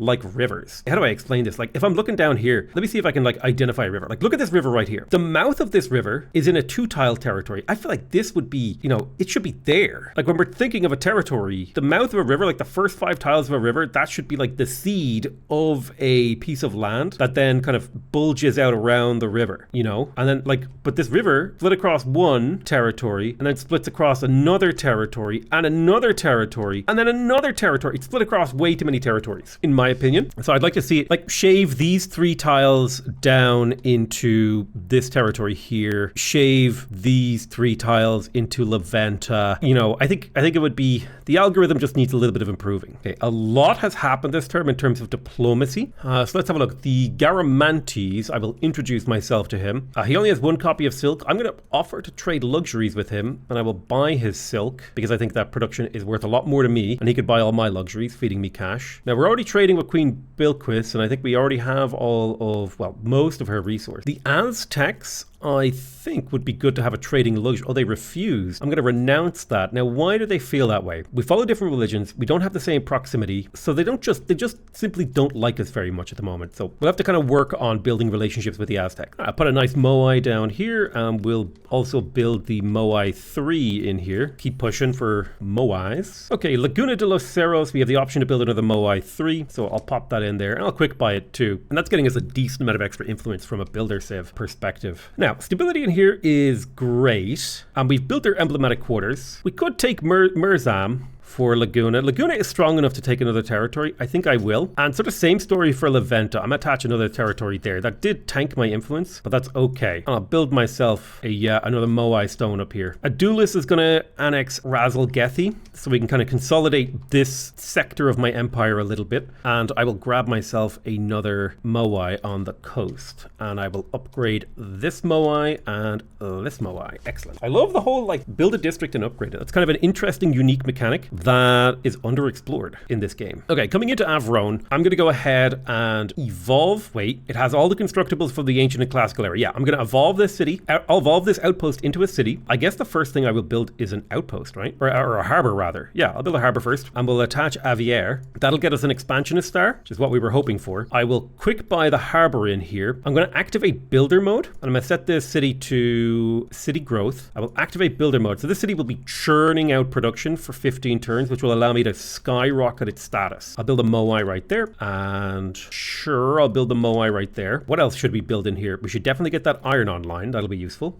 Nice little farmer's quarter over here, but we'll let the city finish what it was doing. Laguna finished the Moai 1. Let's build the Moai 2. And you can just rest assured that I will be building the Moai 2 and the sea trade everywhere. Nice. We discovered seafaring mastery, which got us a world deed. So thinking about my next technological move, I like the idea of going for chivalry. Getting access to the hamlet seems good. Seems like a very powerful item. So let's get to work on chivalry. The Ghanaians would like scientific correspondence. I'm going to sign that, although this is starting to eat into my influence income. 248 influence on those. Oof. I'm going to sign a profit sharing agreement with Lulubi. That'll get me a good amount of cash per turn. And when it comes to Velsna, we're already fully up with them. With the rebels from the Axumites, I'm going to sign a science collaboration. And it might honestly just be good to go through all of these guys and establish contact with any of them that have a reasonable number of turns left. Like Seuss over here has a lot of patronage from other empires. But if I establish contact with them and start developing that relationship, I might be able to make a difference. The Dacians don't have anybody with contact, so I will start building that relationship. Tijuana also doesn't have anybody building a relationship with them. These guys are in decline. These guys are in decline. These guys are in decline. And you have been annexed by someone, or at least client stated. So we'll slowly build up our relationship with you to see if we can kind of dislodge. Yeah, it'd be good to dislodge some of these people. So Anakina, I'm going to upgrade my Moais, and we will build the Great Fish Market as well. La Venta, the Great Fish Market is worth 150 gold per turn. So I'll quick buy that for 5,000. I know when you do the maths, that isn't super worth it, but still. All right, we've got a 14 food and 10 production Moai down here. I don't necessarily want to build that one. Instead, I'll put it no, not here. Feels good. I'll pop it right there. Yeah, that Moai looks okay there. And a Moai here. That will cover all the Moais in the capital. I think I'm going to quickly grab the library for the +5 science that it provides. So political influence, I can make emblematic districts cheaper or cultural wonders cheaper. I'm definitely going to go for emblematic district. Laguna has finished its Moai. Perhaps I can upgrade another Moai in here. We will also want the Great Fish Market as a priority. It's worth 85 gold. So I'll let that city work on it. We've got an overpopulation problem in here. Chalkets and go. Right, it's Moai time. One there. All right, what's next for you? The Great Fish Market is worth 20 money. Just let's prioritize that, get that cash flowing. There's chivalry, so we have access to some new exciting abilities. In terms of technology, the next thing that I would like to unlock, commodity markets would give us a lot of gold, and it would further lower the cost of trading. So I do like the idea of picking up guilds here. Okay, the Byzantines have an insane amount of access to stuff. I can ask for reparations here. I will renounce that. But yeah, I want to talk to the Byzantines, who are my oldest and closest ally, because they have so many resources here. Papyrus will massively increase our science. Ambergris will massively increase our science as well. One of my criticisms of the game is that trading is too powerful, and like having access to luxury resources makes trade just such a default choice. It's very, very powerful to trade with civilizations and have I have access to everything, right? And I don't know, this feels, we have a world spanning trade network right now, all centered around La Venta, and it's the medieval era. Feels a little bit early to have this kind of a massive interconnected trade empire. I mean, it's not totally insane, it's just like it's a little funky, you know what I'm saying? It's a little funky. So I think I would like Al Nasal to become a city too. It does have the Salto Angel here, which gives stability and influence on commons quarters as well, a bit of faith. So I'm going to save up influence for that purpose. Hey, excellent. We got an agrarian star. We need quite a few more things to get the next agrarian star. Anakina has finished upgrading its Moais. I think I'm going to attach Libertas to this city, and I guess I will build a Moai right there. And we will continue to upgrade these Moais here, because they are extremely powerful and good. In fact, I'm just going to pump gold into this city to get it done. Builder star complete. The Moais count as multiple districts. Oh, that's awesome. Well, now I see why they're a builder civ. Bilquist made an agreement proposal. They want an arms deal. I will sign that. Arms deals give me more access to military military units, it also makes them more dependent on my empire, so they're less likely to declare war on them. War on me, and I don't want to declare war either, because I like being chill. Yeah, let's what do we want to develop in here? Well, we got a little bit of a population problem, which will start to hurt our stability. We've got minus 30 stability from overpopulation. So I think if we build... Does the city have garrison? It says it's got plus 5 from units, which is interesting. I'll tell you what we'll do in here. We'll grab the barracks, I'll quick buy it, and then I'll grab the tourney field to make units even cheaper. Then we'll build a set of garrisons for this city. I'm thinking a spearman, an archer, so we've got light infantry, ranged units, heavy infantry, heavy cavalry. Oh, I guess I can't. What am I missing? Not sure, honestly. I guess we'll add an extra knight to focus a little bit more on cavalry mobility for flanking damage. Although that doesn't really feel like an army designed to defend. So maybe we'll go for another spearman and another archer. Now this army feels a little bit more oriented towards like defending the city rather than attacking. Right, we got all our Moai statues in Anakena. We could definitely build another harbor here. Oh wow, look at that. That's lovely. Oh, makes I. Plus 50 industry per era has ended. Damn. So settling new cities gets you a ton of industry. That's quite powerful. I'm probably going to build a whole bunch of hamlets over here to make this sort of very much so a colony model, or a model colony, I guess you might say. So here's like 22 food, 29 production. We'll build that hamlet there. Here's another fantastic one. 29 food, 3 production. Pop that right there. And we'll wait until these hamlets are done before we place the next one. Probably just build the tourney field in here to get that done. Agilis has finished building its Moais. The stability in here is starting to tank hard, which means I need to come in here and go for crime and punishment. So I have a choice here. I can go for physical punishment or forfeiture. If I go for physical punishment, I can get an extra 5 stability on commons quarters. If I go for forfeiture, I can get stability on commons quarters or food on farmers. Pretty cool. So what do I prefer here? I could go for physical punishment. That would get me plus 5 stability per overpopulation and delay how often crisis independent people spawn. Or I can go for forfeiture, which will get me less stability but extra money. And I like the idea of the extra money. Although I do prefer the idea of going more traditionalist direction for the plus faith. So I will actually go for physical punishment here. When it comes to political influence, I'm going to reduce the cost of my emblematic industries. My emblematic district industry. Perfect. Let's keep on upgrading these Moais because they are very powerful once you finish them. This city is lacking a garrison, which would help the stability. So I tell you what I will do is I'll get a tourney fields to get cheaper unit production, and then I'll kind of build a similar outfit here. It'll be 2 spearmen, 2 archers, and a shotelai. And that will be the garrison of this city. It'll lower my population, increase my military size, so on and so forth. The Huns are needy towards me, which is kind of fun. They do have porcelain, so I'm going to go ahead and yoink all that porcelain. Boosh. I'm also going to buy all access to all of their iron, which should help them out a little bit. The Garamantes want a non-aggression pact. I'll take that. I'm kind of in a mood to be friendly. This is a chill game, and I'm having a lot of fun playing. Very, very chill. So, you know, chat to people, talk to them. I will take the 53 fame, thank you. I do want to have a little bit of a think. I need 4,000 influence to claim my next wonder. So it'll be a while before we do that. All right, let's have a look at our tech options here. We do have guilds, which is nice. It'd be nice to go for the high furnace to get that extra industry. So I'm going to push for furnace steel. The armory is pretty good, which gives experience to your units per iron you have. Very nice. Okay, we got enough patronage to get a new treaty with these guys. I'm going to do a science collaboration. No. They do have salt. So I tell you what I will do. I'm going to do a trading charter with them, and I'm going to buy their salt. I'm going to buy their copper. I'm going to buy their iron. Now, there was another independent treaty available with Tahawana. Do they have any resources? They do not have any resources. So with these guys, I'm just going to do a science collaboration. And I'm happy to spend that influence, even though I do technically have other things that I could or would, should, whatever, spend it on. And so coming into Chakalhuso, we have a small garrison in here. What I'm going to do is build the barracks first. I'll quick spend on that, and then I'll get the tourney fields, and then we will get ourselves, what do we have? Yeah, another spearman and another archer to sort of garrison that city. It's important to build up these tourney fields because they allow you to quickly build a military to protect yourself. Very useful for that. Okay, looking at Laguna, we have the garrison in here, which is fantastic. We can plant forest. I don't know if it's necessary or if we should, but we can. There's a decent hamlet down here, but some of these tiles are already exploited, so I don't think it's necessary to build a hamlet down there. Instead, what I'm going to focus on in this city is I'll grab the commodity market because it'll get me more money for my traders and give me more traders. And then I'll build all these nice science things to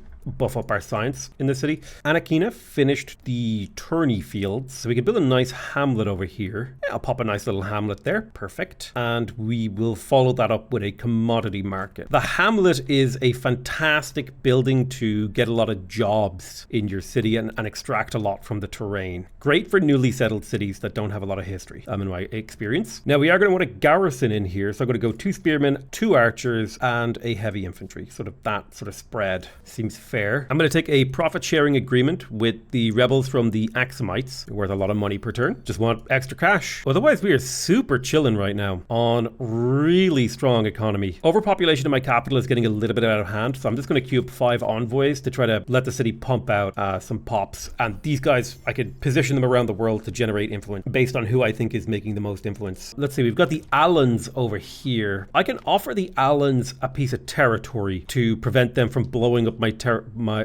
land. I'm going to settle them in Nash, and that will prevent them from blowing up this. So I've settled them over in the New World. I don't know where they appeared from, but they did appear and tried to attack my territory. Okay, brilliant. We have unlocked Furnace Steel. It's going to be yet more production. Tutaki Lagoon. Cool. My ally has been doing a lot of really good exploration for me. Right, I'm going to research theology. I want that extra little bit of science. It'll also give me some city cap too. And then I'm going to go for alchemy because there's a 5% science boost there, and the apothecary, which will give me a little bit of stability from traders, which is just a nice sort of passive benefit. The Garamantes want an alliance. They're reverential to me. I'm going to go ahead and accept that deal. And I'll offer them a customs union. Very much so playing the giga chill, laid back, we don't fight nobody kind of game right now, which honestly was exactly what I was looking for. We've got our garrison in Adulis. We're going to go ahead and build up these Moais up to the next tier. Then I will grab the manuscript atelier for the extra jobs. Although I should probably build districts. Yeah, I'll wait till these Moais are done and then I'll look into doing what I can. Well, I don't have to wait actually, I can just buy them. Moai 3 down here. I can't afford that one, that's fine. Question is there a good hamlet in this city? There's a 22 production hamlet, which is not bad. Pop that little hamlet in there. They're quite expensive, so you do need to be careful about building hamlets, and they make your other districts a lot more expensive too. They're great for exploiting terrain though. We've got our garrison in Anakina. I'm going to take the high furnace and the atelier manuscript, although these are expensive compared to making things like maker's quarters. So let's have a look at the terrain here and sort of start planning this city. I do see a very nice production area here, and I see another fantastic production area over here. Now, where does the game think I should put this? It thinks I should put it over here, but I kind of prefer this sphere of influence here. So I'm going to do a sort of a strange formation of, there's going to be 6 maker's quarters in a circle, maybe with one in the center. It depends. I need to be careful about pollution, but I will potentially put like a commons quarter in the center. We have enough influence to settle a new city, so Al Nasal now will be created. We'll build a nice harbor right here. Now this has the makes eye, so it's getting how much production? 150 production per turn. That's insane. Let's pump gold into a harbor, and then we'll pump gold into a hamlet. Boom. And I love the idea of putting a Moai right there. We'll pump gold in there, and we'll pump, and we will pump all of those to maximum. What's next for this little place? Well, I think we could just attach Shorel, bringing it into the city's influence. Kind of a nice harbor in here too. We need to be careful about the happiness of these cities, but look at that. 18 food, 29 production, and 6 stability. We'll buy that hamlet. And we also need a Moai in here. These are all pretty equivalent. I'll put one on the mouth of the river, and we will gold purchase it. We'll gold purchase the second copy, and we will place the third copy. And once the industry overflows next turn, we'll have a little bit more gold. We'll be able to continue to develop the city. But basically, in a single turn, we were able to convert this city into producing 160 food surplus, 400 production, and 100 gold and like 50 science. Very, very powerful and capable empire right now is how I'm feeling. I'm feeling strong as heck. I think I might create a city here. I might create an outpost here and then give it to an independent people. Leventa finished building its envoys, so I'm going to go ahead and start upgrading my Moais because I really want that influence. That's 10 influence per Moai, which is crazy. The Moai 3 isn't quite as big an upgrade, but it is still worth building because it does count towards this Builder Star, which is going to get us a ton of era. Speaking of which, Builder Star right on cue. Nice. The Ghanaians would like a non-aggression pact. I'm going to go ahead and accept that. So I'm going to study here, which will get me a nice bit of science per researcher. could potentially lead to us getting a scientist star. Right, the Landraiser is locked for 13 turns, but Anakina did a really good job of building itself up. Akahanga, what is next for you, good sir? Well, I think we're going to attach Sitala here. We'll get ourselves another glorious, 42 food hamlet. Look at that. Beautiful. There's also potential for a Moai here. I'm guessing right there is totally fine. We should also get these horses online. What else have we got? The city's stability is okay. Depends on what we want to do to advance it. I think I'm just going to pick up the commodity market and the great fish market to try to pump as much gold through my veins as possible. Chalkikatsingo is finally finished building up all those Moais. I think we could put this back on, we could just put this on a balanced policy now. I think balanced policy is a perfectly reasonable way to let the city develop going into the future. And we can just switch it based on our needs. But right now we need a sort of balance between like influence and gold and science and construction. And I would like to maybe get a little bit more gold in the city. So I like the idea of maybe making a couple of market quarters. So I'll pop one down there and then maybe one here and here. I'll build 3 market quarters here and then I'll take a look and see what kind of situation that leaves us in. Nice, we got alchemy. Excellent, excellent, excellent. Laguna needs orders. I'm going to go ahead and put this city on a balanced policy. No, I'm going to put it on city growth. So focus on growth industry and then a sort of minor focus on everything else. Stability here is pretty dang settled. So I tell you what I will do. I'm going to go ahead and get the high furnace in here to bring my maker's quarters up to a higher tier of capability. And I don't think I have many market quarters in this city. So I'm tempted to build a harbor in and around here and then look to see if we can do something about that, building that harbor up even to a higher level. What if I built this? I'm going to build this harbor here first. And harbors, they work tiles up to 2 tiles away, right? Which means my next harbor could, in theory, go here for optimal placement. But I'll do a small compromise so there's a tiny overlap between them so they're both adjacent to 2 pieces of land. Tech-wise, we basically finished the tech tree, so I'm going to go ahead and grab war summons, heavy infantry, and military architecture. It doesn't really matter anymore. All we care about is how much science can we actually generate. I do want to do a cultural exchange with the Garamantes, so I'm going to accept that. That's 5% influence. I'm going to offer them a scientific exchange as well. 5% science on the Empire is really nice. I'm going to come in here and take fundamental values, and I'm going to make commons quarters cheaper to build. I think it would be nice to get the +1 influence per number of territories in your sphere of influence. So I'm thinking of starting a besiege on an independent people's city, although I don't really care that much about it, so I might just leave it. Okay, so now we can begin the Giga Maker's Quarter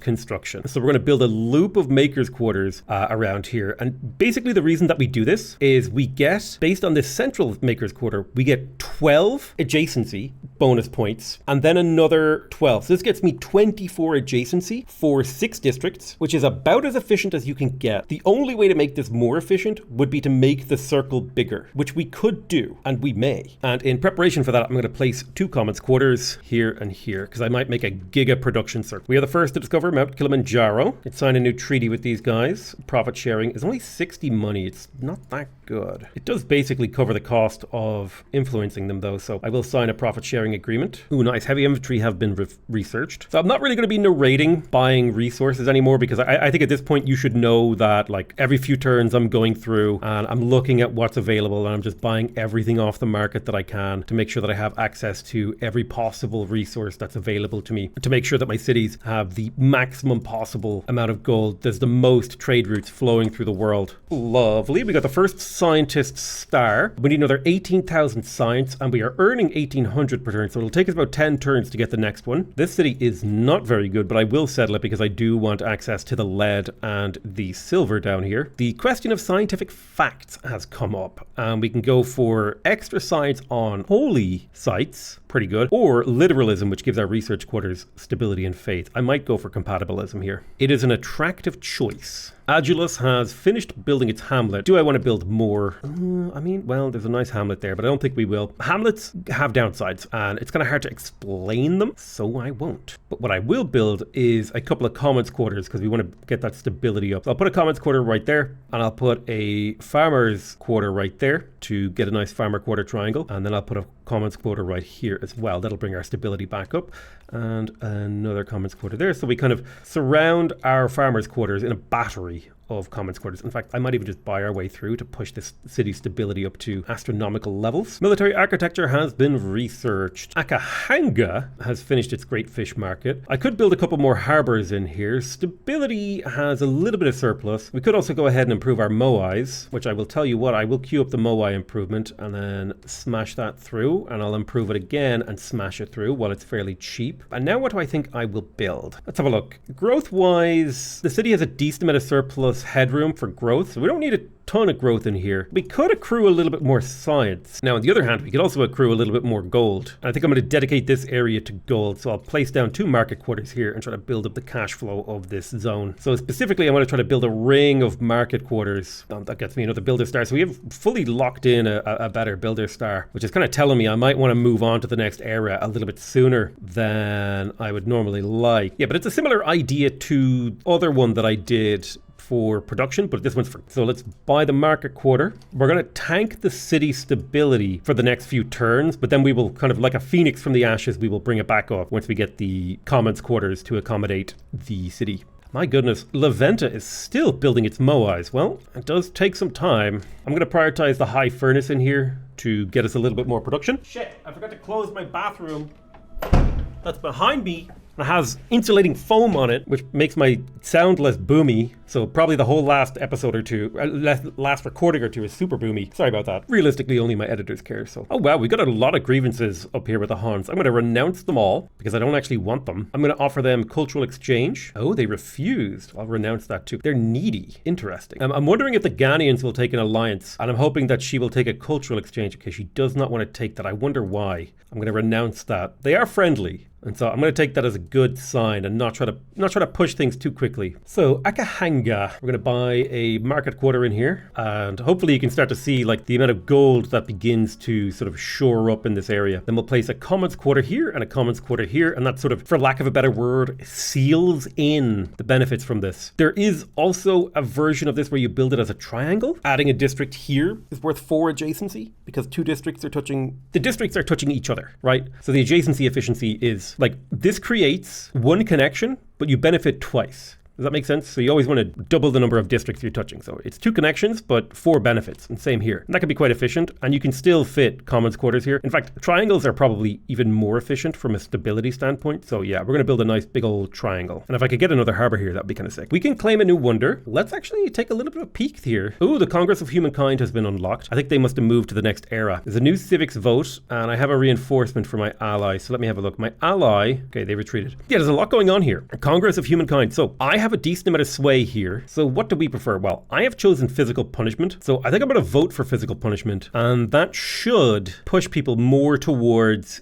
the traditionalist perspective. Now, in terms of doctrines, I do like the idea of +3 science on cities or outposts that follow my religion, but I don't know if I'm ready to dump my influence in there. I think I would rather look and see if I could claim a wonder. So all the early wonders have been taken. Notre Dame is available. That's a holy site. Great Zimbabwe is available. Ooh, 2% money per adjacent district on Empire. Now, the Great Zimbabwe could be a sick district to insert into this circle of districts here. The Great Mosque gives you a lot of bonus fame, and you can also build the Crepasage, which I don't know what that does. Forbidden City is more for war. Angkor Wat is a strong food thing. If I place that in the capital, oh my goodness, the food would go crazy there. I don't think I need the Citadel of Alamut. I'm kind of torn between the Angkor Wat and the Great Zimbabwe. I kind of love the scaling percentage gold on the Great Zimbabwe is just so good. So I'm going to go ahead and claim that. And I'm going to plonk it in here in between these districts, but I will finish the districts first. And any city that has finished its construction will be enlisted to help with the Great Zimbabwe. In fact, I may just come over to the Great Zimbabwe, click it, and how do I assign every city to it? Oh, for some reason I can't. Yeah, Laventa, I want you to help with the Great Zimbabwe. I want you to help with the Great Zimbabwe as well.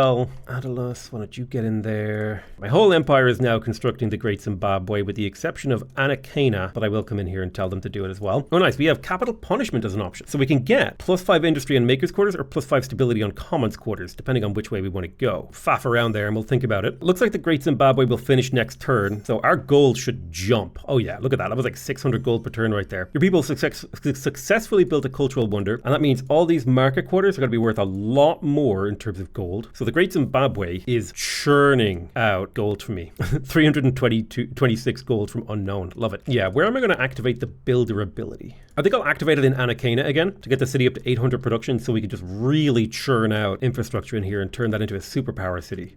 Chalka, it's doing fine. Focus on city growth. We will do so that it focuses on food and production first. Then we will do the high furnace, commodity market. What's coming up potentially here? Agrarian star might happen. Right, let's get stone walls in Laguna for the stability. We do want stability to be nice and high in here. So I think I'll pop down a commons quarter there, keeping our cities as happy as we can. Let's get both of these resources online because they will provide us with a decent amount of cash. People will want to buy them. Okay, I got a ton of gold and I'm trying to feed it all into Akahanga. Stability is tanking, so I'm going to go commons quarter, commons quarter. All right, we got the scientist star, so we are ready to move to the next era if we so chose. Are we close to getting any more stars here? Not really. We need another 10,000 science, so that would take a good few turns. In terms of gold, we need like 40,000 gold, so that would take like more than 10 turns as well. In terms of influence, we're like 40,000 away as well, so we're only making one. Yeah, okay. We might be able to grow enough pop for one of those stars. These new cities are making pops real quick, but these old cities have kind of hit their growth limit. We'd have to do a lot to try and push them forward. So I tell you what I'll do is I'll feed gold into my capital for a couple turns. We'll probably wait for the scientist star and then see if we can push forward with that to the next era. I'm going to take compatibilism for the 1% science on holy sites. It's a great ability. Laguna. What a wonderful phrase. We're overpopulated.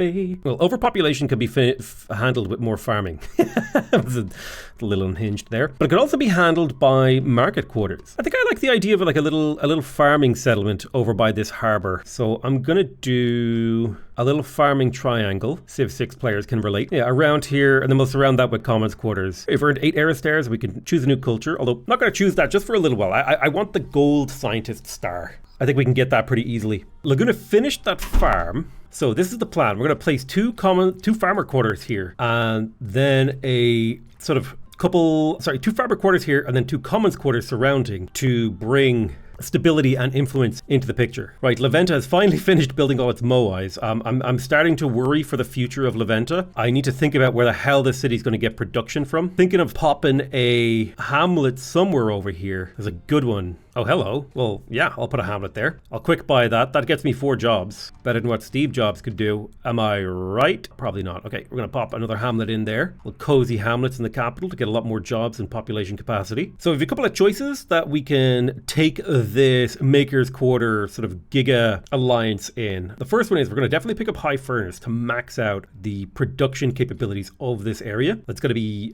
plus 39 industry. We need to bring the stability back up as well. And so there is something to be said with just encapsulating this whole thing in Maker's Quarters or in Commons Quarters. At the very least, I'll put a Commons Quarter there and there. And then we'll think about what we want to do next. So we just want to bring the stability up on the edge of these districts. Let's have a look. At the Dacians, we can actually do a profit-sharing venture with them and turn them into a client state, which will give me even more votes in the sort of the Congress of Humankind. We're a little bit further away from getting control of Paracas. But looking at the influence map, oh, look at all that culture that I've spread across the world. And look at my religion. My religion is very, very strong. You'll love to see that flowing across the world. Right, over in Agulus, kind of working on all these sorts of things that we've been working on in these other cities as well. Build a farmer's quarter here, and we'll touch these farmer's quarters with 2 commons quarters to keep that stability super high so we can have a really good surplus. Oh, it feels good to play Humankind. All right, well, we've got a new treaty with an independent people, Tiwanuku. Ah, okay, so we can do a science collaboration or a trading charter. Well, we don't need the trading charter. Unless we want the obsidian, which we kind of do because that's percentage. Oh, wow. Okay, that's percentage. I'm also going to up my influence pumping into here, into a little bit higher. And I'm going to do a trading charter. Boom. And I want to do a cultural export because I'm fighting someone else for this peoples. I want to try to push them towards my culture so I can yoink the patronage away. Now, as part of that too, what I'm going to do is I'm going to grab this stack of envoys and I'm going to group them together into a stack of 6 and I'll send them over to some of these independent peoples, see if we can't get control. Ooh, somebody is fighting me for the Axumite rebels, so I'm going to up my investment in them. Looking at Anakena, stability is looking okay in here. but we probably need to get more. So I tell you what we'll do is we will not be extending this. We will instead be fully surrounding the 7 makers quarters with these beautiful commons. It's a fairly cheap thing to do too, like in terms of total cost. It's good value. It's a tasty little bit of value there. And this configuration basically means that we have a huge production line secured here while also having great stability and influence generation. But looking at the city status, it's got plenty of potential workers in, like jobs for workers in here, but very little in the way of food. So that might be the next thing we look at developing. We could develop a similar food battery set of districts adjacent to this. So I think that's what we'll do is we'll queue up a few farms here. And this does mean that we make use of the existing Commons Quarter infrastructure, meaning this one should technically finish a little bit sooner. And we can even place a Commons Quarter here and here in advance so that stability does not dip. I'm going to even feed gold into this city to let it continue this faster, get more farming quarters going. Awesome. We got the scientist star. Are we close to another star? Not really. I think it might be time to move to the next era. So who are we going to play as? Well, the Maasai have a 25% population consumption reduction. Now, let's just kind of like put that in perspective. If I go over to my capital, which I think has a relatively large population, it's 48. My population are consuming 700 food. So this is worth, what, like we'll call it 200 food, right? Close to 200 food. That's pretty damn good. The Enkang gets +5 food per adjacent exploitation. Very cool. Maasai, very good for growth. Don't know if that's the way we want to go, though. What about the Venetians? See, money per trade route. Okay. Money per naval trade route, influence per trade route. This feels very good considering the level of trade we've been doing. The Botteghe di Artisti, influence money, influence per adjacent marker quarter, +1 money on tile producing money. That's very powerful. Very, very, very powerful for cash flow. We've got the Edo Japanese, +1 influence per population on city or outpost. Very powerful. Just straight up turn your growth into influence. And then you got the Tera, which is a religious district that gets you +2 influence, +3 faith, and +5 influence per adjacent mountain. Decent, but not amazing. I like it. The Swiss are a diplomatic civ. Army upkeep and any non-allied units in your territories. Leverage from units demilitarized territories. You get the Watchmakers Guild. Oh, damn. Whoa. It's like a better Hamlet. Dangerous technology, though. I will say that. +1 money per era. And the reason it's dangerous is because that many jobs makes your districts real expensive real fast. Let's see. Spanish combat on unsupplied units. Cathedral Gothica. +1 faith per trader and +3 faith per adjacent district. Very much so a kind of Commons Quarter religious trading thing. The Poles have the Barbican, which is an influence-based garrison and a Commons Quarter. I like that combo. Protects neighboring tiles from being ransacked. It's kind of cute. The Ottomans get cheaper heavy weapons. The Sultan, Kami, +1 faith per district in territory. Influence per district, influence per adjacent holy sites. Very, very strong at generating influence. The Mughals gives you 2% industry per number of territories in your sphere of influence on the capital. That is bonkers. The Jama Masjid is +1 industry per worker. And you can build that once per territory. So a lot of industry available there. A little bit of influence. Also counts as a religious district, important to note. The Ming Dynasty are estate. Civics are cheaper. +10 influence per number of enacted civics. Very nice. And then you've got the Grand Tea House, which gets a +1 influence per district. Now the Ming influence, this could be the Ming explosion of influence we could do here. The Mare, they get extra stability from war. Their units have lower upkeep when they fight, and they get combat strength from fighting, from being at war. So very much so able to, they're a sort of militaristic direction here, but more about like fighting a lot of people all at the same time. Very cool. Very, very much so fighting for honor. And then we've got the Pa, which is the sort of like Maori fortress. Food, fortification, stability, combat strength.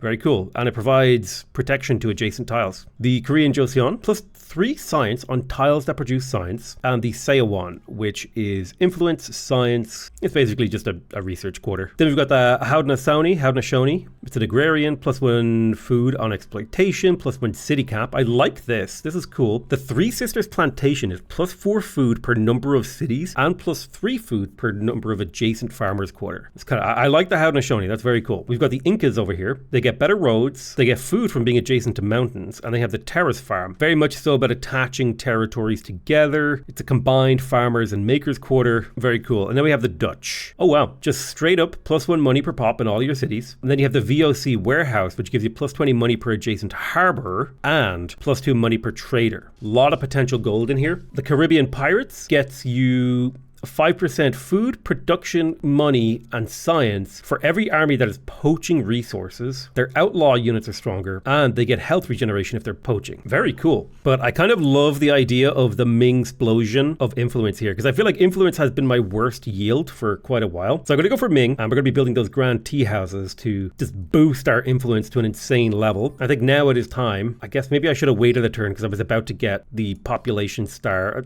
slight misplay. Very, very slight misplay. It's not the end of the world. We've got 9,000 points. What's a couple hundred? You know what I'm saying? I'm going to build another hamlet in the capital because I just need the jobs. I just need people working. Hamlets provide jobs. Although the capital does not produce enough production to do that. Well, you know what? It's fine. A lot of food in there too. All right. Yeah, you're slightly low on food in this city. A 24 food hamlet over here. I'll build that. Akahanga has built the commons quarters and has the massive gold battery over here, which I love. Let's have a look. The city is focused on city growth, but it doesn't nearly have enough food to continue to pump population in here. It has decent production, but not as much as I would like. So I think I would like to build a small maker's quarter area. Question is where? Well, there is a nice spot down here where we can get a trio of maker's quarters in a little loop here. All right, so we're heading into the next era. Welcome. We got the agrarian star. Perfect. We got the agrarian star. Oh, as we transitioned, amazing. That is like serious work. I think we do have to deal with pollution now in the early modern era.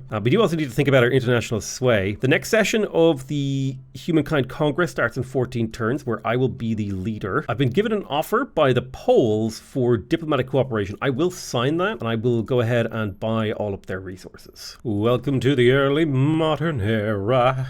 Try not to get too much in your hair. So let's have a look at what techs are available here. Oh, we could go for a 3-masted ship, which would allow us to do a colony plan. I like it. This will also give us access to the trade winds, making ocean trade safer and more cost effective. We also get access to settlers, which allow us to set up advanced colonies, which is huge. We're going to be spamming those out to colonize the new world, aka the continent that is mostly unclaimed by centralized powers. Okay, so we're working on a hamlet in La Venta. I'm going to quick buy that. And now I want some grand tea houses, because look at that, 42 influence per. Now we need to earn 140,000 or 130, 140, 150,000 influence. So 50 per turn is going to help quite a bit. So I'm going to focus on building up La Venta right now for just sheer influence gain. Got a bunch of cash in here. We do have a cultural blitz available, so I can spend 960 gold. Oh, there's a lot of potential here. 7,600 influence, boom, gained. Now that doesn't count towards my stuff, but it does just get me a ton of influence in the bank so I can get more civics, capital punishment. I think I do love the idea of getting more stability on my commons quarters, particularly because my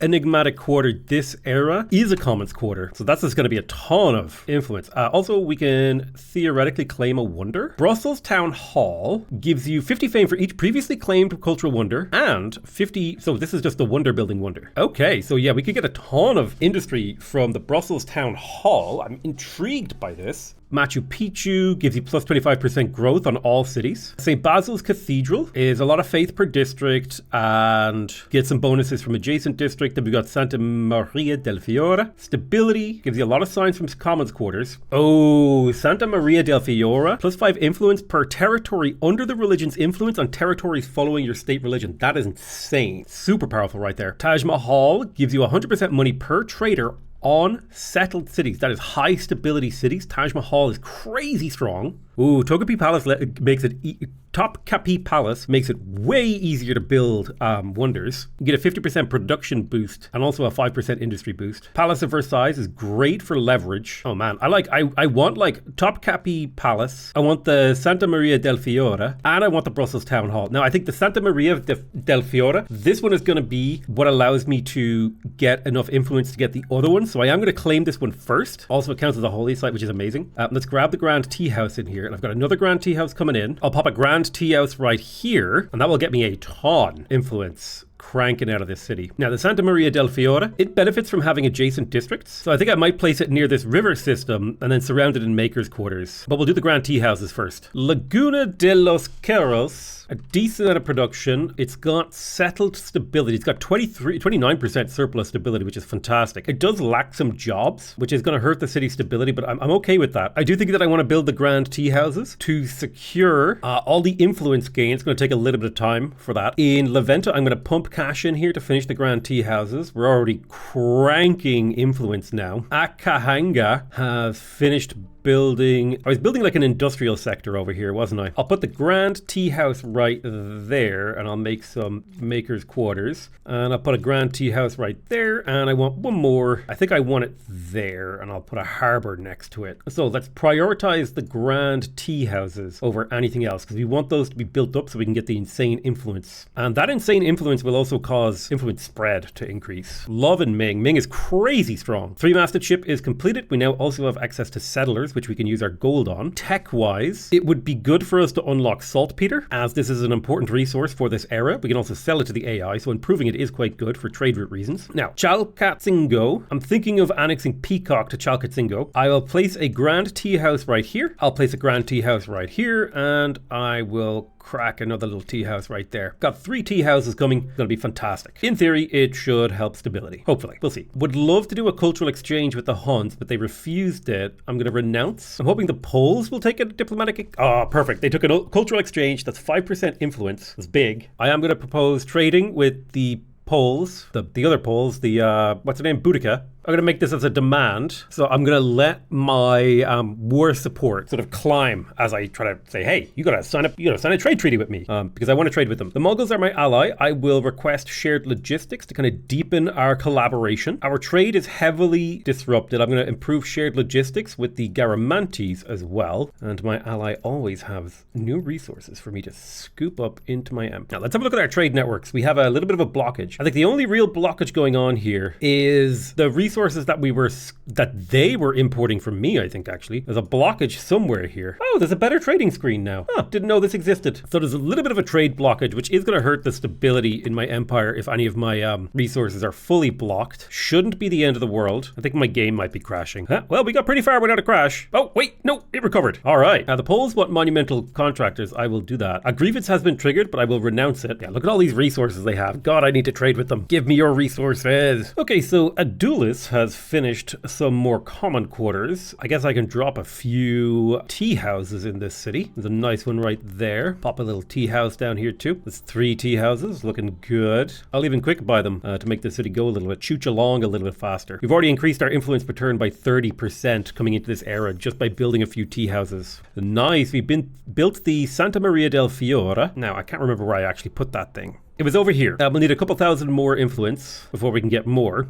We just got 400 more influence per turn because of all the territories following my state religion. It's fantastic. Yeah, this thing's generating 300 influence, which is amazing. Okay, capital is still surprisingly growing quite well. I'm going to grab Atelier Manuscript Manuscript Atelier to get 2 research jobs for the extra science, and then I'm going to grab the Alchemist Workshop to also boost our science just a smidge. We can claim another wonder, which is fantastic. I'm going to go for Brussels Town Hall first. Claim this wonder. So Brussels Town Hall gives you 20 stability and plus 10 influence per adjacent district. I want to find some productive terrain to build this on. Yeah, there's a decent little bit of production over here, and we'll surround this in Maker's Quarters, which is part of the play. We will build the Brussels Town Hall first though. We got gunpowder, which is very nice. I think I would like to unlock supply lines. This would give me access to the city cap mechanic. Oh, sorry. This would give me access to the grain silos. However, the really important thing to get in this era is humanism, so you can get the luxury manufactory. And the playhouse is also fantastic, as is the inventor's workshop. So I'm going to move towards humanism, and the prerequisite to that is centralized power, which gives us the taxation office. Pretty handy. I've got my 6 envoys in the city of Corral, and so now we're getting getting 8 patronage per turn, which should slowly allow us to assimilate these guys into being, well, it depends on if I want a client state or a full-on city. And I think I want this to be a full-on city, so that's what we're going to do. Right, we've built my tea houses in Laguna. I'm going to help finish Brussels Town Hall, because the sooner I get that, the better. Attalus has built its tea houses. This city's production is quite low, so I think I would like to build a little production area. And I see a pretty nice circle of production over here. So I'm going to start laying down the groundwork for that. I'll even buy the first maker's quarter, and I want to make like a little hexagon here if I can.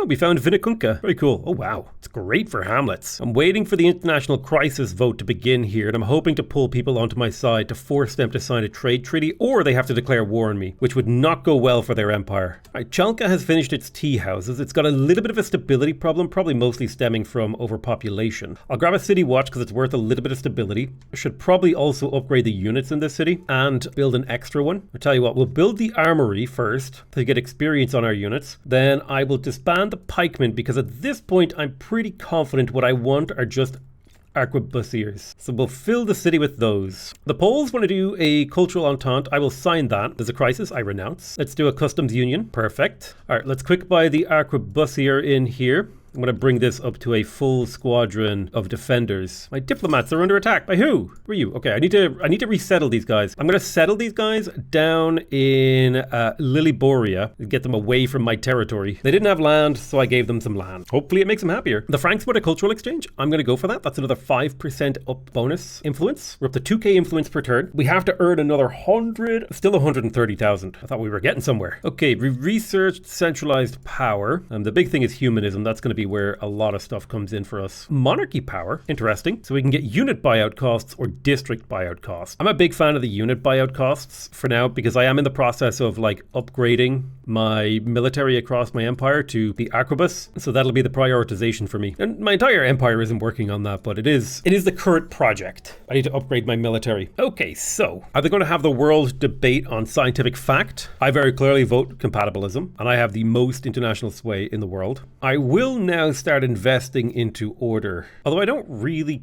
care. I just don't fully understand the system. I think it is, but I will slowly try to move the world towards my ideology. Okay, Anakena has finished quite a bit of stuff. Oh, minus 42 production, but look at all that influence. It's honestly not even that much. All right, I'll pop a tea house there. I'll pop a tea house there, and I'll pop a tea house there. So that'll get us a nice number of influence pumping through this city's veins. Chalka, I will gold purchase the final unit here. Now I have a full squad of 6 arquebusiers protecting the city, giving it 30 stability. It doesn't sound like much, but it's also a 238 combat strength unit protecting my empire. Let's help finish the Brussels Town Hall. Looks like I can sign a deal with Corral. I will assimilate this city, I think. Boom. We're going to do something a little bit unhinged. We're going to make a settler in this city, chop it out, and because the city has all this crappy infrastructure we never built, we're going to use the settler to raise the city, okay? Believe me, I know this sounds crazy. I promise you it's not actually. But basically, by raising the city and then resettling it with a settler, we get basically the same location, but it has all of the previous infrastructure from the other eras built, so we don't have to screw around.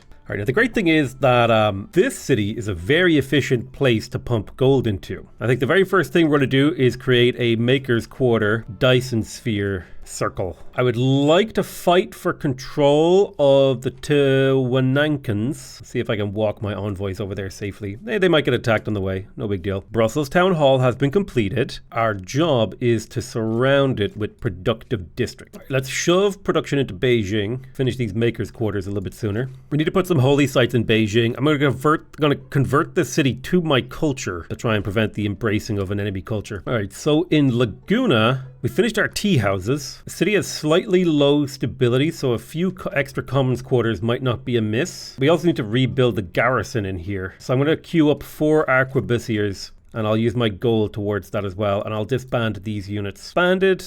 City will lose population, but I should be able to buy my way through that. Ooh, stability in Chalcatzingo is getting worse. Okay, let's put a commons quarter here, here, here. 3 commons quarters getting popped down there to try to improve stability. We can claim a new wonder, which is part of the goal. I wanted Brussels Town Hall and Tokapi Palace, but I think I need faith and influence. So I'm going to grab St. Basil's Cathedral so I can spread my religion and my influence in the next continent. So I'm going to claim this and I'm going to place it over in Beijing. I will place it right here and surround it in industrial zones eventually. We finished researching humanism, which is awesome. +5 influence, fame on constructibles, 30 stability, money per adjacent market quarters, and we got the playhouse. The inventor's workshop is also available now. The big thing is the manufactories. By getting the manufactories, you unlock the manufactory power. So let me have a look through my cities here. It would be really nice to get access to the manufactory. That's going to increase our productive capabilities quite a bit. So I'll work on the mercantilism tech. Although movable typeface, yeah, I'll go for mercantilism. The extra production is going to be helpful. Yeah, I really want this trade resources ability, so I don't need quite as many resources to create a wondrous resource deposit. Anakena has built the tea house. Stability in here is solid.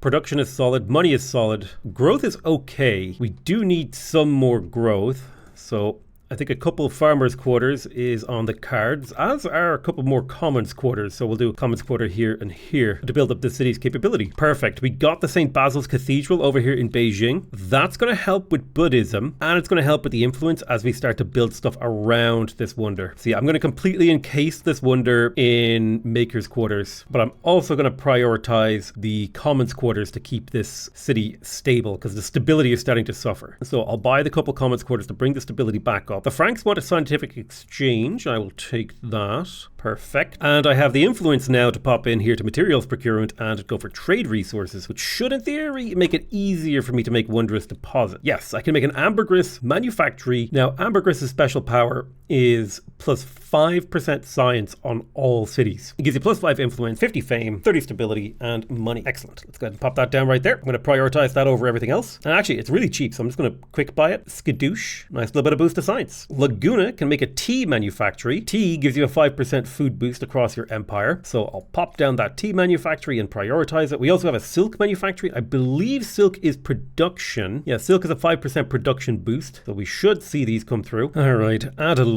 You can build us a sage manufactory. And basically, the resource that the thing is associated with, that's what it's going to give you in terms of the manufactory stuff. All right, let's confront the Aztecs. And we're going to go ahead and try to start an international crisis vote in the Congress of Humankind. I'm going to support my side. And because everyone else is my ally, they're very likely to support me. So they have 5 turns to kind of try to convince people otherwise. But I have all the political diplomatic power in the world, and they have none. And if they decide to attack me, well, I'll get to do some not so very nice things to them. Chalka's stability is looking a little bit better in here. We would like to bring it up slightly. So I'm going to go ahead and build the apothecary for 11 stability. We need to build more settlers. And that's going to be the job of Akahanga. They cost 3,000 influence each, but let me tell you, they are super worth it. Laguna has a full complement of arquebus now protecting the city. Stability is great. It does need some jobs. Question is, what kind of jobs? We've got plenty of food in here, so we're going to need probably money and science. The cost of my army upkeep has started to balloon because of all the diplomatic deals that I have. Like this army right here costs 340 gold to maintain, which is a hell of a lot. So this city could definitely use a little bit of science. So I'll build like a little science quarter down by this harbor. There's some nice terrain here we can use that actually has science on it. Lovely. There's mercantilism. So we have the manufactory now, +1 industry per worker and +2 worker slots, as well as more saltpeter access. Looking around at the available infrastructures, chartered companies would be great for that 10% money boost, so I'm going to grab that. It would also give us some money from our commons quarters, the access to the stock exchange, increasing our trading capabilities, and the cabinet of curiosities allowing us to increase our science per population. Whew,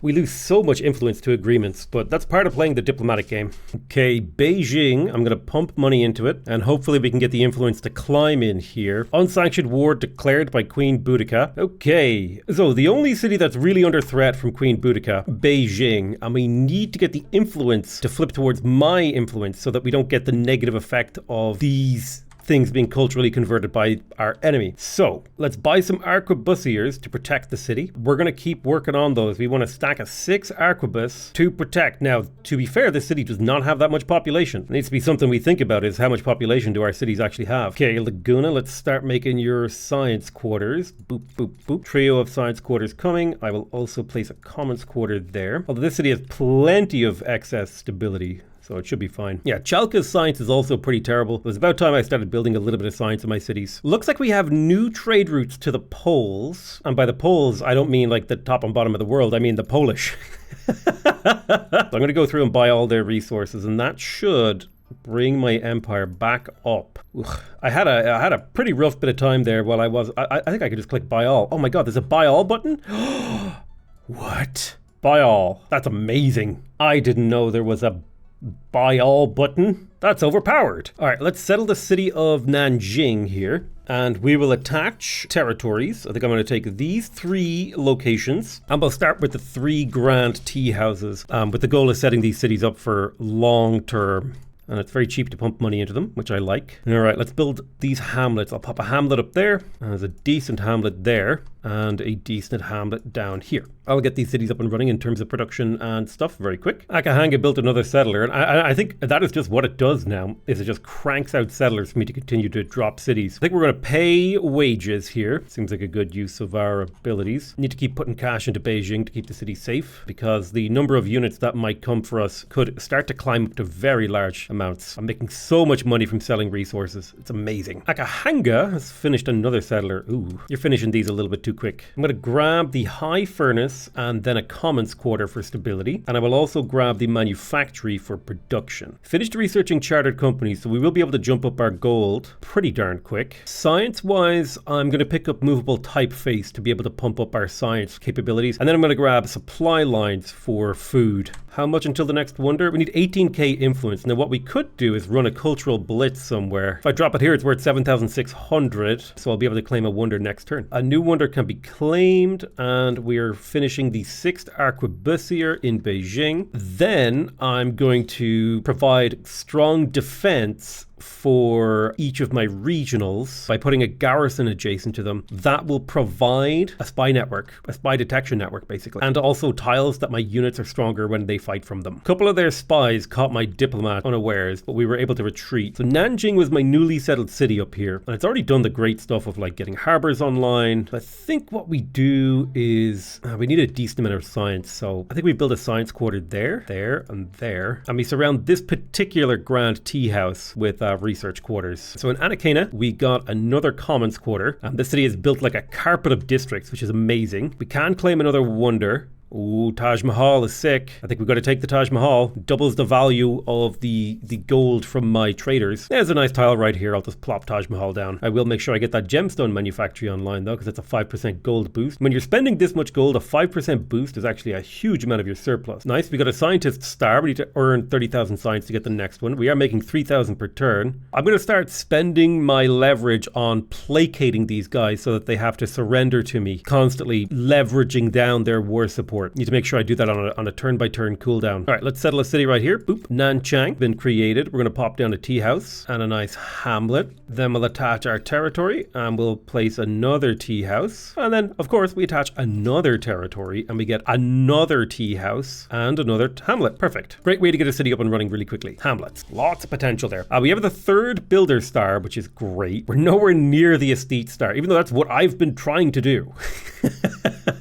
I think the estate star just feels a little bit imbalanced. Okay, in Chalka, we have been kind of pumping up the science a little bit in here. Let's get a research quarter and 2 commons quarters to bring the stability back up to settled. Then I'm going to grab the alchemist workshop, the atelier manuscript, and the cabinet of curiosities to bring the science up. It'll take a good few turns to build our way through all this stuff. Honestly, actually, these things take a little bit too long to produce. Yeah, I might have to make some maker's quarters to improve the city's production, but we'll get there. She sent me a white piece proposal. I'm going to refuse that. Nanchang is ready for more constructions. I'll build the copper mine there. Probably should get our luxury resources online too. Ooh, we got an iron mine over here as well. Ooh, handy, we'll grab that. The city could almost certainly use a nice production boost. There's some productive terrain over here. Lots of food up here in the north, so we know what we'll do up there. Let's go maker's quarter, maker's quarter, maker's quarter, and start cranking out the production of this city. Boom, boom, boom. Getting it up there. Perfect. So we just invented movable typeface. That's going to help us with our science. It also is a world deed, believe it or not. They are demanding white peace, but I refuse. Instead, I will just placate them every turn that I'm capable of doing it.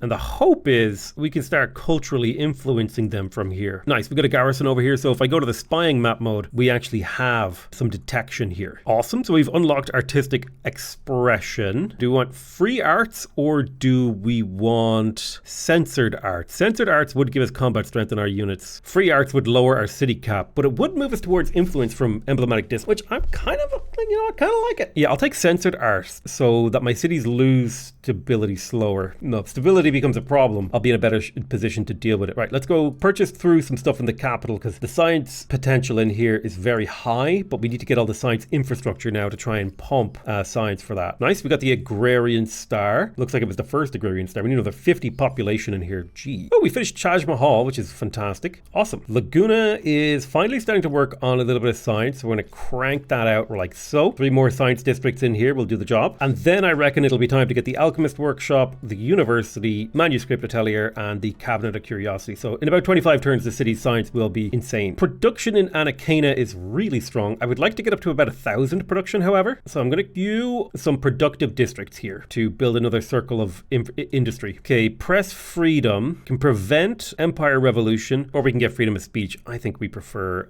the old propaganda, very authoritarian kind of country we are. Okay, we're going to turn these guys into a client state, and I will do science collaboration and profit sharing with them, and I will buy their resources. Perfect. Excellent. The Yang is giving me even more control over the Congress of Humankind. Lovely. Nanchang has skyrocketed its production, but we are going to need some commons quarters, ease things off when it comes to stability losses. So we'll make that happen. There's supply lines. We have access to the grain silo. Amazing. Okay. Leventa, the university, is worth 24 science. Skadoosh. We've basically finished the technology of the early modern era, so I'm just going to grab, boop, boop, boop, queue these up. The individual technologies don't matter that much. But yeah, man, leverage is so good for winning a war. I've just basically thrown leverage at them until their empire collapsed. I suppose once you figure out the game mechanics, they're not as frustrating. Okay, printing house. I'm going to buy that in here. We're up to 600 science per turn in the city. And the cabinet of curiosities will be a huge boost that I'll be able to pick up next turn. I'm also going to queue up the inventor's workshop. We got naval artillery researched. Excellent. Let's talk to you. They are begging me for peace, but I refuse. Apparently, I triggered a grievance. Placate till you totally surrender. I'm going to settle a city somewhere here. Right here. Boom. Welcome to Guangzhou. I think it's pretty natural to build an old tea house right there. And then a hamlet over there. And then we'll attach this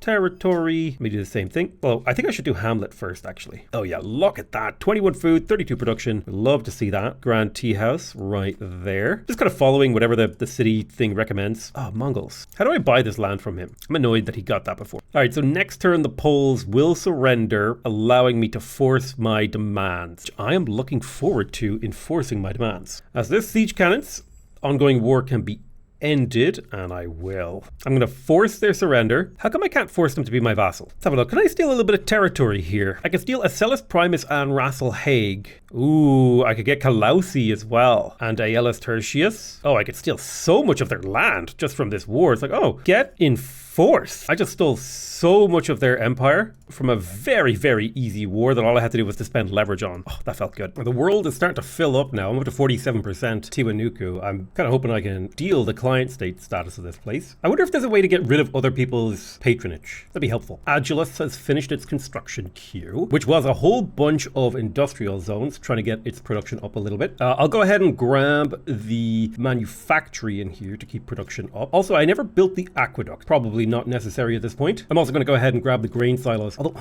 that takes a little bit of time to build. Anything that takes 5 turns is honestly fine. Ooh, 86 money from the Great Fish Market. That has to be a priority. 53 money from the bank is really nice. 14 money from the commodity market and 11 money from the taxation office. That'll keep the city busy for a good few turns. I'll even buy the Great Fish Market to get it a little bit ahead. Trying to spread my gold around a bit to keep things going. But in particular, I'm trying to also make sure that I pump a lot of gold into these fresh cities, because this is where my gold can actually go quite far. So Nanjing, we went for a kind of, I would consider it to be an unusual play. We went for a sort of loop of research quarters around a tea house. And so now I'm going to do a loop of commons quarters around those tea houses as well, with the goal of building the stability back up in the city to a really high level and also continuing to grow the influence. So I feel like I did a good job to build up the science in here. I'm going to loop up here to this maker's quarter and surround this tea house in in Maker's Quarters to try and pump up the value here. It'll keep the city busy for a very long time, but it should result in a significant boost. I'm going to offer trade luxuries. They accepted trade luxuries, which means I can now go to my trade screen, which is this button down here, and I can press the buy all button. Can't afford everything from them, but I'll focus on the things that give me money for now. And next turn, I should be able to tap that buy all button and bring my gold per turn up to insane levels. Nice. There's the scientist star earned. So that's the second scientist star in this era. I do need to attach another territory to my cities. Let's grab a settler in Guangzhou. And we are ready to go into the next era, which would be the industrial era. I'm not even close to earning enough influence. So trade map, let's buy all. We will also buy all from these guys, buy all here. Just basically scroll down that list and tap to buy all. So she's saying I'm oppressing the faithful and oppressing her people. That is kind of things going according to plan. I am going to continue to work on Beijing because I really want her to culturally convert to me as well as religiously convert. Yeah, the culture is starting to happen, but it takes a little bit of time. In particular, the trade is helping out quite a bit there. I'm a little bit annoyed that my trade is like, the pressure is going in such a weird way when instead it could just go direct. But look at this massive just network of trade that's happening. It's like a mathematical graph. It's insane. Boudica is for giving grievances. We mapped the continent of Taurus. We gained money by selling stuff, and more countries are converting to Buddhism. Excellent. Right, taking a look at La Venta, we got the science up to a really high level. Now, what else could we do to help this city out? The grain silos is worth 28 food. The manufactory is worth 19. Production. Ooh, the bank is worth 142 gold, so we will grab that. And the taxation office is worth a little bit of money, so I will kind of push the gold up to the next level here. And I can soon claim another wonder. The Top Capi Palace wouldn't be bad to grab. Also the Angkor Wat. It may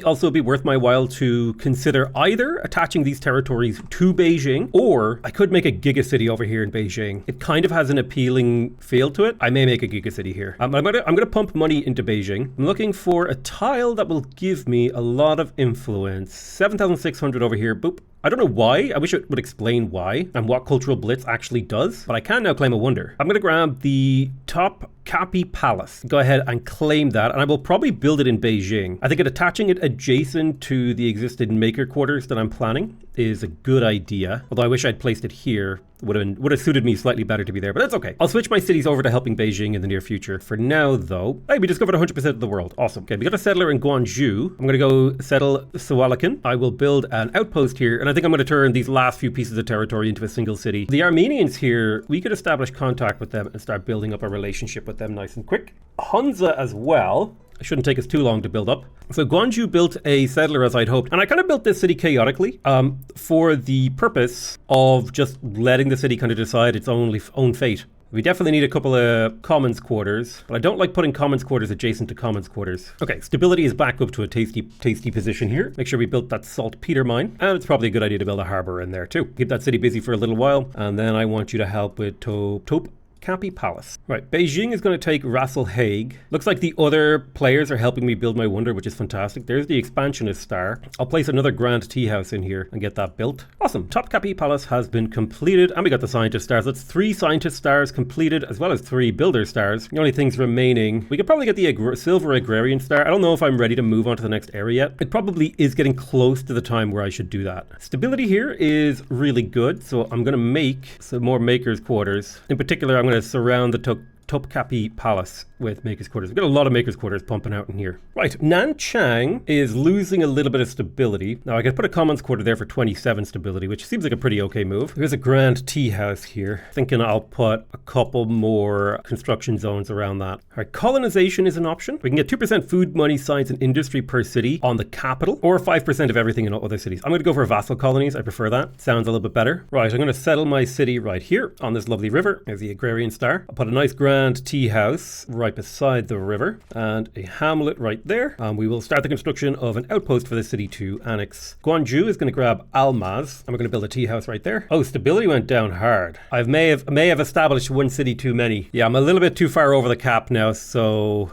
Let's just go to the next era so we can start picking up more city cap from text. All right, what do we got here? So we were playing as the Ming. Ethiopia, it's a garrison that gives research. That's kind of interesting. The Hawaiians give you influence per industry worker, and we get the Loco Kuapa, +1 food per adjacent coastal water, and +15 food per adjacent ocean. Must be placed on coastal water or a lake. Very cool, very cool. Kind of interested by the Hawaiians, could be fun. The Persians I'm curious about. Shared projects are cheaper, districts are cheaper, infrastructure is cheaper. You get the caravansary, which is money per trade route, as well as industry, money, more money per adjacency, and provides a movement speed boost to units. So the Persians are a very, very interesting civ here. Very, very, like, reducing the cost of infrastructure in districts are very, very powerful here. The Argentinians get a farmer slot on luxury resource deposits and a trader slot on strategic resource deposits. They get the Saladero, which is a maker's quarter, which creates a deposit of salted beef. And this lowers your army upkeep by 10% and gives you 5 stability per salted beef on all cities and -1% army upkeep per salted beef.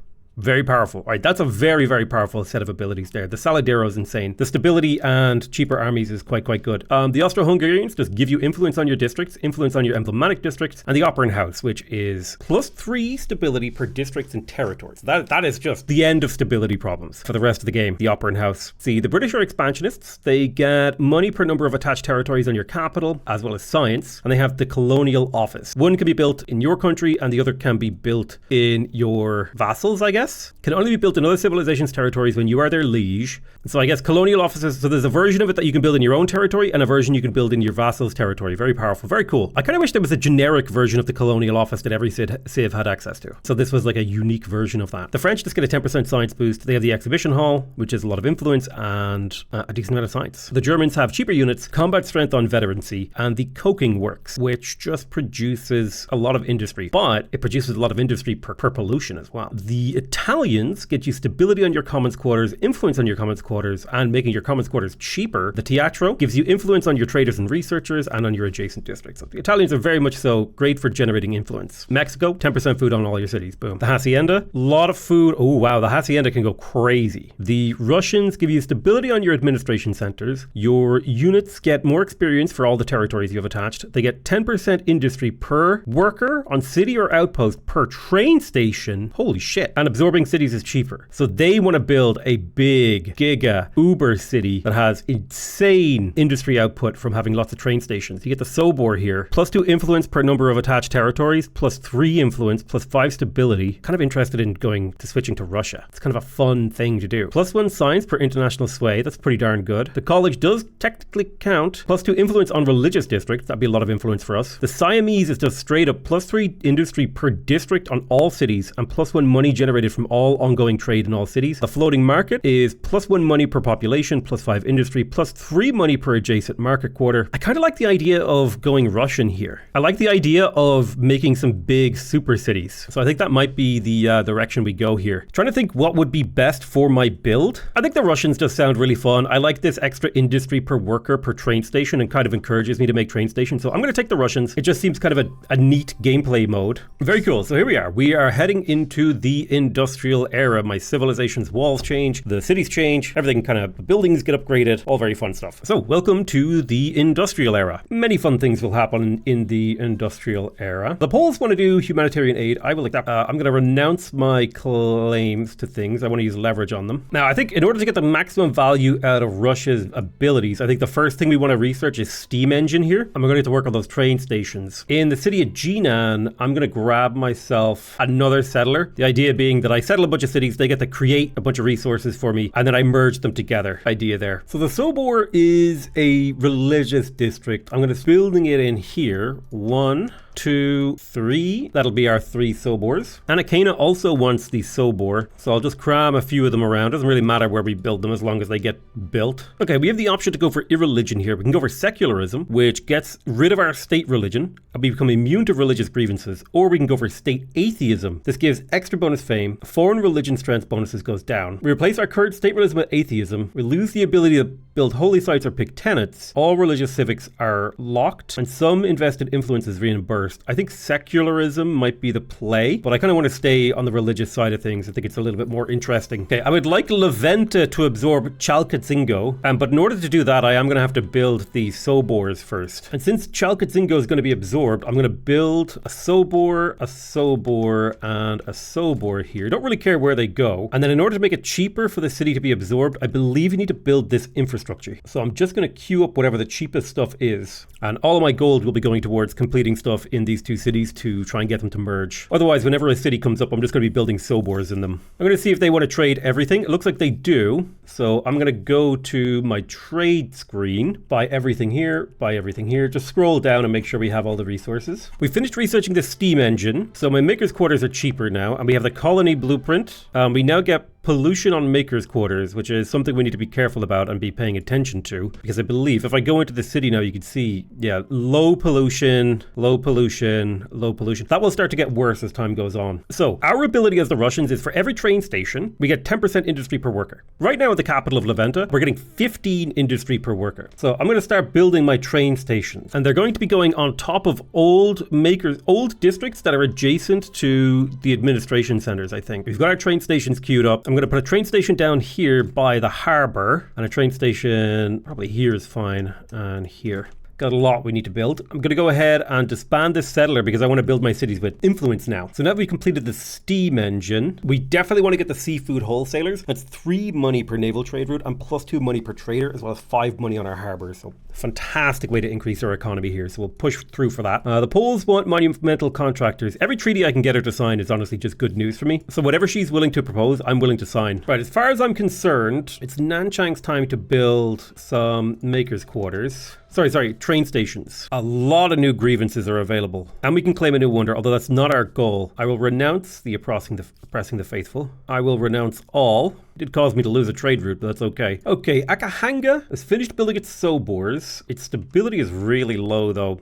partially because I haven't merged any of my cities yet. But just for the sake of it, I'll build a few commons quarters to get that up. Tech-wise, we finished Propeller. There is something to be said for researching combustion engine. For the oil, yeah, I think I'll unlock combustion engine so we can start getting oil up and running. So I want to only see unextracted resources here. Oops, pressed the wrong button. So as far as I can tell, there's very few unextracted resources in my empire. There's a little bit here or there, but nothing major. All right, let's buy this train station. So close to absorbing it. Right, we got the Sobors in Anakena. Stability is slightly low in here, but I can pop a couple commons quarter here and here to bring that up. Stability is okay in Adulus. I don't really have anywhere I can put a good commons quarter without it being adjacent to a commons quarter, and being adjacent to a commons quarter feels like a waste. I'll grab grain silos and the wholesale fishery in here, and we'll see if we can just bump up stability that way by dealing with overpopulation, giving the city jobs. Very nice, we built a railway line between 2 cities. So as we continue to build rail, kind of curious actually now, if I pop into Leventa, yeah, we're getting +2 industry from land and glory. I'm hoping that that will continue to rise. Stability in Guangzhou isn't amazing. I will build the saffron manufactory. I think that's a good move. I will also grab nice harbor right there. I like putting train stations next to harbors too, because it feels like, you know, you should co-locate your transport infrastructure. Dublin, I don't even have a train station going to the airport. Hold on, we got a civic vote here. Anti-imperialism doesn't seem like such a bad move. So I'll vote there too, to give us the power we need. Okay, the time has come for Leventa to absorb Chalcatzingo. Boom. Absorption has happened, but there's a -1,000 food happening here. However, we're now getting 22 production per worker. Stability is fine, but goddamn, look at this city and the sheer size of it. We need to cut down on our population in here.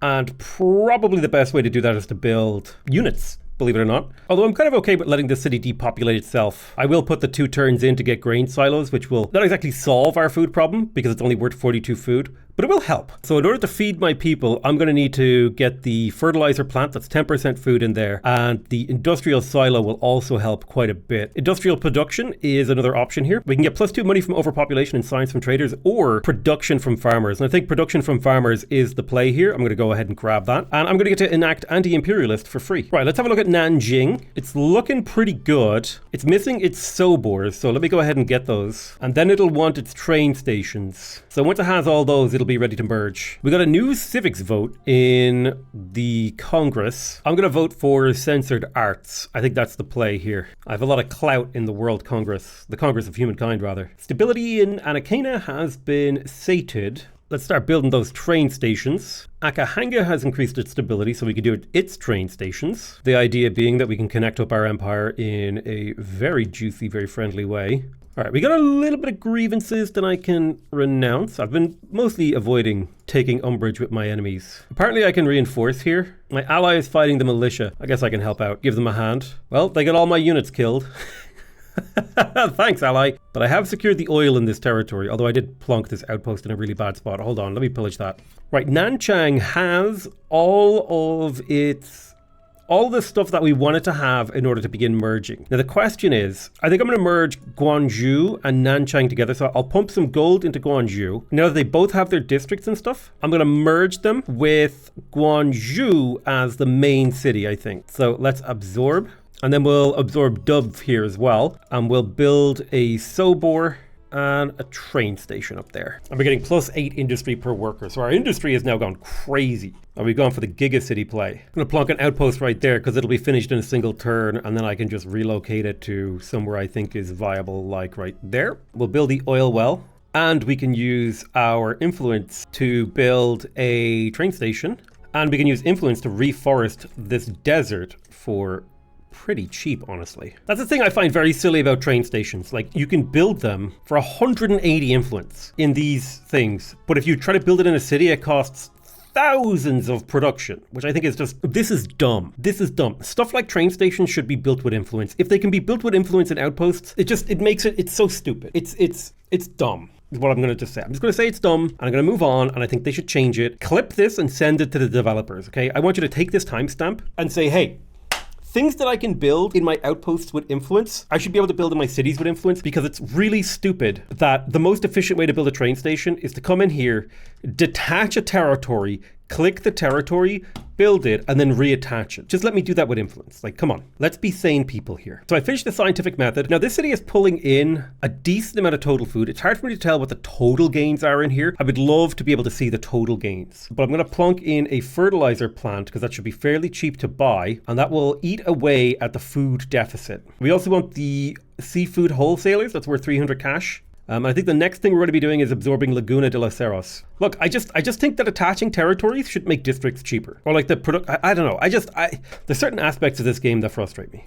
The cost of districts in the mid and late game is one of them. It's a frustrating game mechanic in the late game. It saps some of the enjoyment of the game. I can't wait to turn this area over here into a gigacity. Really looking forward to it. My hot take is that outposts in a really, really weird place, and they actually need like an entire expansion and development cycle dedicated to making them more interesting. Straight up. It looks like we got an agrarian star. We're working on the builder stars. I think it's kind of dumb that it's easier to get agrarian stars by having lots of small cities than it is to have one big city, because of the way the scaling cost of food works and the way population growth works. I think that's a little silly.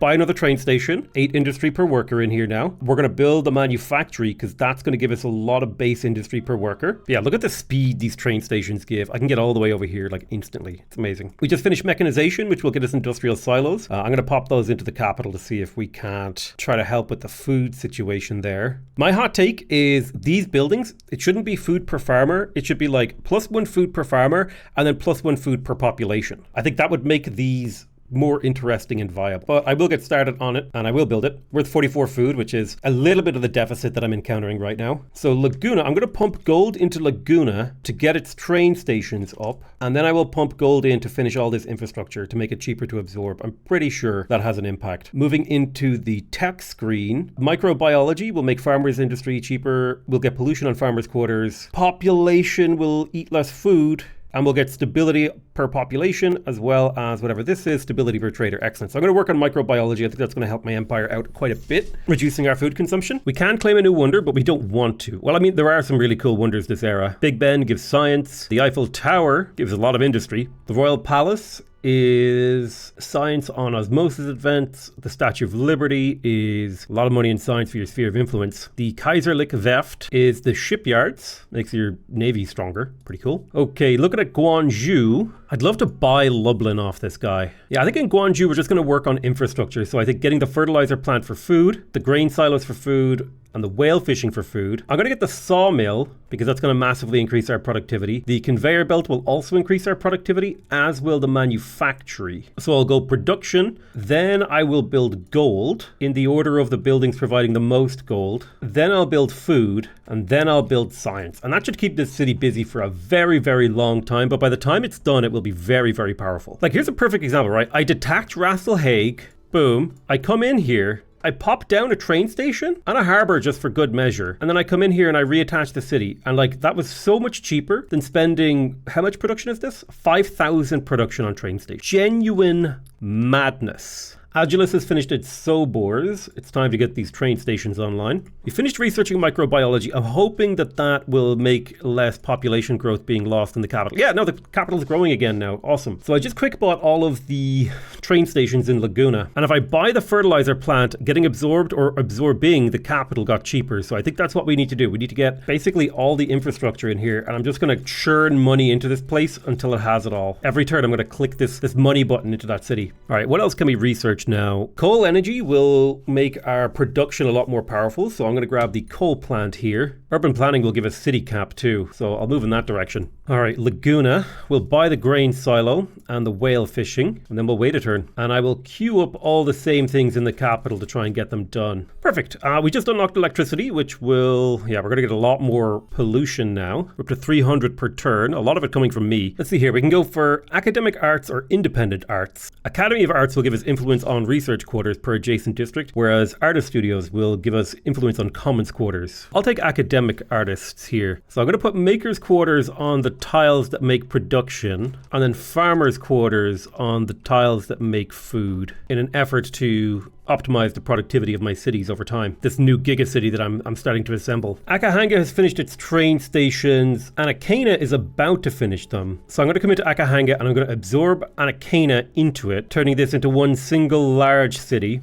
Now, we have a bit of a food problem in here, but if we get the fertilizer plant and the grain silos, that should alleviate some of the food issues in here. But yeah, we're getting 30 production per worker in here from Land and Glory. It's crazy, crazy, crazy powerful. And I'm actually going to come in here too and absorb Nanjing so that we can go to an even higher level of production and everything. So now we're getting 36 production per worker. The gigacities are assembling. St. Petersburg, I'm going to come into Axolotl and turn this into a city too eventually. There we go, Moskva. Yeah, you look, Moskva and St. Petersburg are it's like very easy for these two cities to absorb each other because they have a very similar amount of infrastructure, whereas Jinan has a hard time absorbing them because the infrastructure difference between them is huge. Something to consider. So there's urban planning. That will get us public infrastructure, cheaper commons quarters, more urban planning. Pollution will come from commons quarters though, which sucks. All right, let's create another city over here, Saddle Sud. We'll build a Sobor, we'll pop the hamlet, and we'll put a train station there. That'll keep this city busy for a little while. Oh yeah, so Akahanga, my gigacity over here, is starting to finish some more infrastructure. I think we will need the industrial silos for the food and the whale fishing for the food. And then we'll see where the city stands once it has those. It's losing pop very quickly, but that's not a huge amount we can do about that. Children can have rights. So we can do child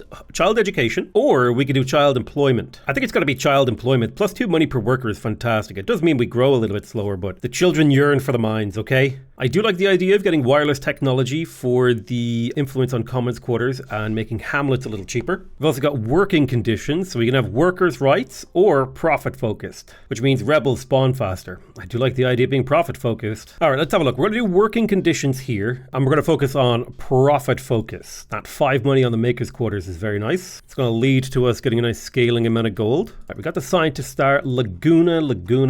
I got to pump as much cash in here as I can to bring up the, or to bring down the infrastructural difference between you and my capital. Akahanga. I don't think I'm going to make Akahanga any bigger. I'm not going to like absorb anything. So I think the focus on in here is infrastructure and food. Make it 3,500 per turn. It's got a surplus of 2,000. So let's grab the seafood wholesalers. We'll just start grabbing everything. We'll queue up all of the infrastructure, and over the next 20 turns, the city should be able to handle that and sort of update its yields while it sheds off the excess population that it has. Let's see here. We can ban the whales. I'm going to overlook whale fishing. I choose to fish. Sorry guys, the benefits are just too good. Now from a technology standpoint, I don't really care about all of these techs, so I'm just going to queue them up so that we finish out this era. It's not super important. We do have one more era after this though, and I haven't been really paying attention to my era stars, but we have made a lot of agrarians, barely even touching the estate star or the merchant star. We are hitting the scientist star, which seems to be one that we can hit reliably. I can never ever hit those other stars. I'm no good at doing estate or merchant. Builder, super easy to do the builder star. Okay, Yaroslavl, we're just building the respective district on the type of tile that it's like, you know, if a tile makes production, we put a maker's quarter on it. If a tile makes food, we put a farmer's. It's that sort of system that we're undertaking right now. Once again, we pop into Laguna and we pump all of the money we can into it. We finished Encyclopedia. We can claim more wonders, which, you know, one day we would like to do that, but it's not the priority. All right, let's buy the industrial silo. We can't afford the factory, but this is down to 30. That's annoying because I do not see a hostile army. Granted, my detection is trash. Leventa is still starving, albeit barely. Let's buy the factory, the Academy of Art, and I think now is the time. We absorb Laguna. Skadoosh. Welcome to Leventa. Each of my workers is producing 46 production. Damn. Oh, yeah. Okay, Guangzhou is looking pretty good. Let's start grabbing all this late game infrastructure in here as well. So next we would like to absorb Agilus into the capital, which means we're going to start pumping money into Agilus and buying all this infrastructure in here. It'll take a while, but it will be done. And I'll even make a stack of Cossack to use up some of these excessive pops that we have. Beijing is ready to absorb another piece of territory. Yoink. Excellent. Good work, Beijing. Looks like it is time to move to the next era. Probably not a whole lot we can do in here. And we may as well start considering moving on. I'll spend a little bit more time sort of building up Leventa and getting Agilus sort of absorbed. I'll spend the 0 gold to get the Academy. St. Petersburg, I'm getting all my nice industry going. We've also got a lot of farmers markets pumping away. Not too many turns left on this city before it needs to get absorbed. The Zulu want a diplomatic corporation. I will take that deal. And I can finally take Tibucanans as my client state. Boom. So I'm going to go send my envoys to compete for the Sarmiagusta. The Sarmiagusta? Okay, I built 6 regiments of Cossacks here. 7 rather, which means they should act as a very good garrison, providing a deterrent to any enemies and converting our population into useful military units. I'll build another stack of 7 of them to try to depopulate the city without it, you know, naturally depopulating, if that makes sense. Oh, let's have a look. Which wonders do we want to get? Yeah, I think I'm going to take the Big Ben. The 5% science per alliance, 2% bonus future fame, 15% science on capital. That's really, really powerful. So we'll go ahead and claim the Big Ben. And once I'm done with these Cossacks, I'll plonk it down right there. Although it seems like the city had different ideas and wants to do the things first. Nationhood researched. Awesome. Few new buildings for us to build. For some reason my game really doesn't like me moving to the right. It just does not want to go to the right. It's like, nope, that's as far to the right as you're allowed to go. But I can go all the way to the left if I want. I can wrap around the world. But once I start going to the right, it's like, no, no, no. I think I need to I think my game is looped too far to the right. So I need to undo the game's Rolodex counter of how many times I've spun this way. Because now, yeah, it looks like it's fine now. Weird. The game is keeping track of how many times I've gone to the right around the world. So I do think that building nature reserves are worth it on open tiles. So I will do that in Beijing. And then I'll get the city to work on the Big Ben. Bilquis entered the final era as the Cubans. Now I'm gearing up to do the same. Basically, I'm just waiting for Agilus to be done here and be ready to be absorbed into the capital, which it is very, very close to being ready to do. So Agilus is now ready. We're going to pop in there to Leventa and we just absorbed it. I'll build another stack of 7 Cossacks to try to depopulate the capital. It's 14 pops gone in a handful of turns. That tells me we're getting pretty close to wanting to move on to the next era. Making about 6,500 industry in the city. A little bit of overpopulation that we can deal with in time. Akahanga has finished building most of its stuff. It's slightly overpopulated in terms of its food, so I'll stack out a few Cossacks in here. I want to turn that population conversion into useful military power. Nice, we could claim another wonder if we would like. It looks like someone just got killed. The Garamantes has fallen to the Zulu. Interesting. Okay, I built a bunch of Cossacks over here in Akahanga, which has brought the food deficit down slightly. And so as part of the advancement of the city, I'll go ahead and finish up some more of this infrastructure to bring the city up to a modern standard. I have a ton of gold in the bank that I can feed into, well, probably Jinan here to bring it up to a certain level. I want to try to make it cheaper for it to be absorbed into the Yaroslavl gigacity that I'm kind of in the process of making. Also, we just managed to get our first estate star, probably the first one of the game. Well, probably not that. I find it kind of really stupid that it cost me 38,000 production to build a nature reserve in La Venta, but when I pop over to Beijing, it cost me 5,000.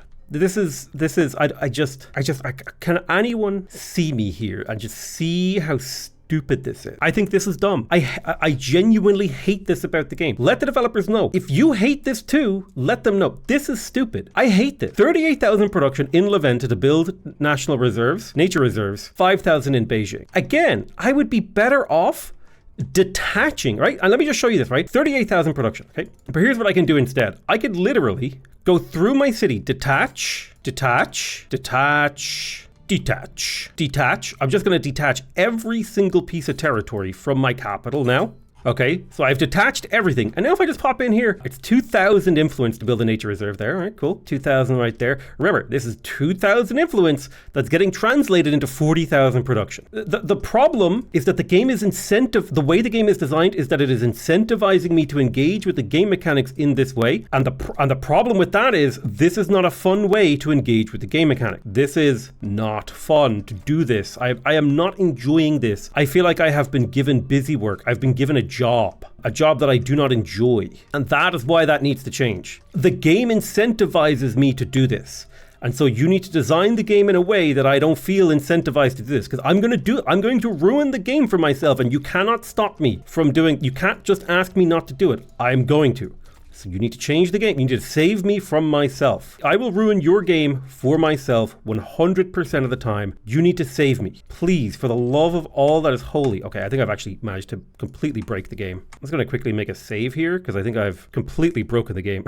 I think I broke the UI. That was a weird bug. Please, Amplitude, save me from myself. I'm begging you. Okay, so I was in the middle of doing my last little bit of get that there, that there. And so now I just pop into La Venta and I can start reattaching all this territory. Now I might not be able to reattach it all this turn, but I can get a lot of it this turn, and it'll just take me a few more turns to reattach the rest. And actually, here's the really annoying thing. Doing this has made my infrastructure cheaper. Okay, St. Petersburg is finished. So I'll run a feast for a turn and I'll come in and I'll start pumping money into Moscow to try and finish Moscow, and then I should be able to merge those two cities together. But yeah, I just got all the nature reserves I needed in La Venta, and I can start reattaching all these tiles. But I can cancel customary laws and, put in codified laws if I wanted to. I'm not going to. But it'll just take me a few turns to reattach these, and I saved myself thousands upon thousands of production. And I think it's dumb. It's dumb that the game incentivizes me to play like that, and I think that is silly. We have a civic vote going on. It looks like people want freedom of speech. I'm going to go ahead and vote for propaganda. I have a majority vote in the Congress of Humankind, so that should be a pretty easy one for me to pass through. And sure, it cost me a lot of influence to do this whole attach and detach and reattach thing. But does that matter? That it was an efficient way to play the game? I think it matters. That's not a fun way to play. What now? The real question is, what the hell is the solution? And to you, sir, I say good luck.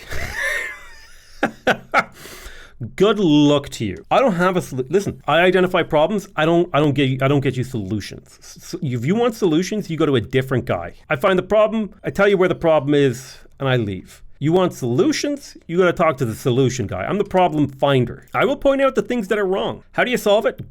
Good luck. No idea. Because it's a genuinely difficult problem to solve. If it wasn't, then why would I say I am? No, if it wasn't, then why wouldn't it have been done yet? Okay, if it was an easy problem, it would have been solved. That's all I'm saying. It's clearly not an easy problem, no matter how much you guys want to say it is. If it wasn't, then why would I say it is? I don't know why that's just a really, damn, Eminem was spitting bars, dude. It's just a really fun set of words to say. Okay, I've got one more territory to attach in La Venta before we can bring the city back up to its absolutely absurd heights of productivity. And then I think I'm moving on to the next era. I think it's time. So let's reattach Al Nair, boom. And now we'll go up to the next era. Dude, the arms factory is actually just broken. So a 30% unit production cost, plus 3 combat strength on units. The Red Army tank, which regenerates health after battles. You have the arms factory, industry, money, pollution, minus stability. However, it creates a deposit of weapons that gives you plus 2 combat strength on your units, and you get 5% more militia units spawned when a city is under siege per weapon in all cities. You have 10 of these and you get 50% more militia. The Soviets are busted. Okay, the Americans are kind of neat. Influence and gold from trade. Then you got the defense agency, plus 5 influence per adjacent garrison, plus 5 money per adjacent research quarter, and plus 5 science per adjacent market quarter. Plus 1 bonus combat strength when launching artillery, air, or missile strikes. That doesn't seem very good, honestly. The Americans don't seem very strong. Compared to the Soviets, Turks is plus 3 food per pop on all cities, plus 3 science per adjacent research quarter, right? Plus 1 food per farmer. The public school is nutty. Holy shit, the public school is good. Plus 1 food, industry, money, and science per respective worker. So if you build 6 of these, you've doubled the base output of these things, never mind modifiers. The Swedes give you science per district and science on research quarters, as well as the research institute, which gives you plus 3 science per district. That's just ridiculous. The Japanese make techs cheaper. You get the robotics lab, industry, pollution, science, industry and science. It's kind of cool. The Indians are an estate. They give you plus 5 influence on territory. Ooh. Plus 2% money per number of territories in your sphere of influence on the capital. And you get the ashram. Plus 5 influence, plus 3 faith per adjacent district, and plus 1 money and science on religious districts. Quite good for a religious game. The Egyptians give you influence on emblematic districts, influence on cultural wonders, and the archaeological dig, which gives you influence per adjacent district, influence per adjacent emblematic district, 30 science, and 30 science per adjacent cultural wonder. Ooh! As well as plus 3 influence on emblematic districts and plus 3 science on influence. There's really, really good influence generation there. The Cubans give you combat strength per alliance and plus 1 combat strength on allied emperor units and 10% influence per alliance. The pharmaceutical industry gives you, oh wow, overpopulated cities gain a bunch of yields per person, and you get stability for every pharmaceutical. Oh no, you get food on farmers and overpopulated, and then the bonus is unsettled on the others. Okay, it's kind of cool. China, 15% money. You get Congress, plus 7 money per number of attached territories, plus 3 influence per adjacent market quarter. Brazilians give you food on tiles producing food. The agronomy lab is 3 science per farmer, and you get science and food per adjacency. That's pretty cool. The jungle brigades, I don't really care about the unique unit or this ability. I just kind of care about the ability. Which one do I think is going to break my cities? The Australians? All right, let's have a look here. 20% industry. The strip mining complex gets 50 industry per adjacent strategic resource. It's pretty strong. The Singaporeans, it's cheaper to absorb cities. They get extra stability on the capital per number of attached territories. 5% bonus fame per client state. You can't create cities. Communal housing gets you a little bit of flat yield. It's not bad. The Nigerians give you plus 4 industry per farmer on the city. And the oil refinery, which creates deposits of oil. I don't even know if making oil is that good. The MRAP vehicle.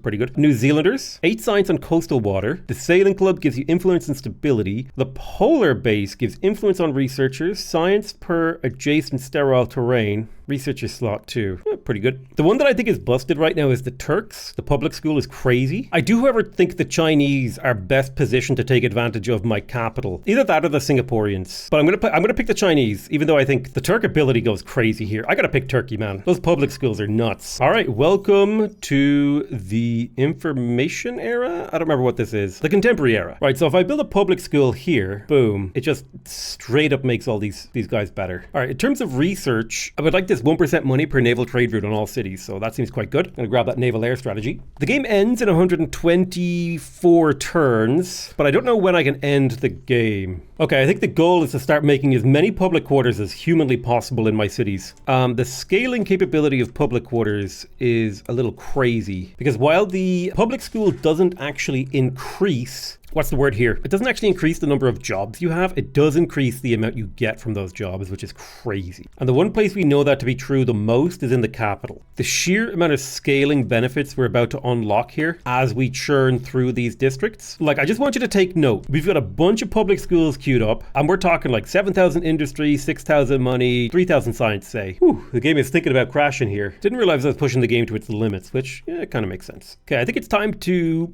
merge Moscow and Yaroslavl together, and then St. Petersburg. Now, we've got a 405% deficit on stability here, but my oh my, is this city churning out resources. So I'll pop down a few commons quarters here and there. It'll take the city a little bit of a while to get them all going, but we'll give it some time. We can claim a new wonder. All right, what do we got here? Somebody built Christ the Redeemer. Ooh, the Empire State Building is crazy. 100% money generated from ongoing trade in all cities. Boom, let's take it. I got a lot of trade going. So once I tap this public school, boom, city's industry just went up. Oh man, my goodness. But I'll build the Empire State Building down here near this whole complex of market quarters. Take a few turns. I'm gonna research aerial warfare to get access to aluminium. Boudica wants to be an ally of mine. I will go ahead and take that. How about a customs union, my good friend? All right, let's have a look. Materials procurement. I think we want trade resources, so I will vote for that. I haven't been really telling you this, but not because it, I blah, blah, blah, blah, blah, blah. It's just because I don't think it was particularly important, but I've been basically renouncing every grievance I've ever had the entire game. That has not changed. That is continuing. I think I'm going to evolve this city into an outpost, focus on city growth. I'll build a hamlet and a public school in here. There's aerial warfare. So I should definitely look for unimproved strategics. Let's have a little bit of a look around here. Okay, got some uranium down here. There's a little bit of, oh, hello. A little bit of land for me to snatch, eh? And don't mind if I try. I can build airports here too. I can build them with influence. God, that's so silly. I still think that's so silly. Right, we got a bunch of public schools in here. We're getting 73 production per worker. That's really damn good. I'm gonna get Research Institute, which will minus 10% all the technology costs when I'm researching. I am definitely top fame, so I do think I will win the game, but I'm ahead by like 5k. Also, I hate borders like this. I hate this. I hate that the game creates borders like this. I hate this wiggly, why not just like a straight line? Like here, kink here. Like that would just be so much nicer to have a nice straight line. I hate that the game is like, yeah, let's wiggle the border. It just looks gross. It's disgusting. It's horrific, and I wish we could change it. Again, I'd love to work with a modder. I would love to work with a modder to see if we could, can we even change the generation algorithm? I don't know. All right, it's time for public schools over here in Beijing. So every public school we get increases the yields of the city by so much, and the future yields as well. God, I have so much infrastructure to build in here. Ugh. But we finished the Empire State Building, which will naturally enhance my gold amount that I get from trade. We can also claim another wonder. I think I'm going to get the Sydney Opera House because that 10% bonus across the empire is really nice on settled cities, which is when they have full stability. I'll buy a public school in here, and it's worth a lot. Each public school is worth a little bit towards building up this city. But I'll build the Sydney Opera House over here. It's worth a little bit of different resources. It'll take 6 turns to build. Guangzhou has finished the public school construction. Now, there is something to be said for potentially merging this city with other cities, but I'm going to go ahead and grab all the remaining buildings. Jesus. The sheer amount of resources passing through these cities is kind of crazy, actually. Best not look too hard at the trade screen. So we got the Research Institute, which will lower our technology costs. Let's go ahead and unlock uranium. It's nice to have it. Plus, if we go to nuclear fission, we can get +1 science on our researchers per uranium and access to the nuclear plant, which gives us 1% industry per uranium. And lowers the pollution on all of our district. Kind of hoping we can push in that direction. Uranium enrichment has been researched. We can claim a new wonder. And the Sydney Opera House is completed. We got the world deed. We spread our influence throughout an entire continent. It took us a while to do that, actually. Although that said, my influence has been spread through basically the entire known world, as has my religion. So if we pop into the capital and we build a public school, we get a couple of those, we'll start to see the yields of the city continue to skyrocket. We're almost making 10,000 production per turn in here. We have, in fact, got an agrarian star, which is pretty neat. There's the nuclear plant. Let's go ahead and get our uranium mines up. We'll also get these public schools. We have access to every strategic and luxury resource in the entire game, which is quite the achievement, I might add. I'm going to begin the research of fusion power. This will give me 20% industry on my cities and outposts with a minus 50% pollution on my territory. So fusion is going to be super useful, and it won't take me too long to research it either. We have access to nuclear weapons. I am going to choose to go for nuclear disarmament. And we'll go for denunciation. In terms of children's rights, I'm going to go for child employment for that money per worker. Looking good. All right, let's take public school here. Skadoosh, slowly chipping away. One thing I don't love about this game is what's the point of having a surplus stability? Do you know what I mean? It doesn't seem like there's much of a point. So there's the fusion reactor. It's a bunch of fame as well as a production boost and a pollution drop. Next up, I'm going to go for power lines, I think. I want the +1 food per farmer per aluminum, and the hydroelectric dam will be really nice to lower our pollution, increase our industry, and air pollution regulations is good. Social housing will lead to a sewage treatment plant, which allows us to grow more. Don't know if I want that. Oh, no, do you know what I should research? I should research computing. This will give me access to supercomputers, which is a 15% science boost in my cities, and also +1 science on regular districts. It would also be nice to go for rocket science to build a space station. Plenty of fame available there.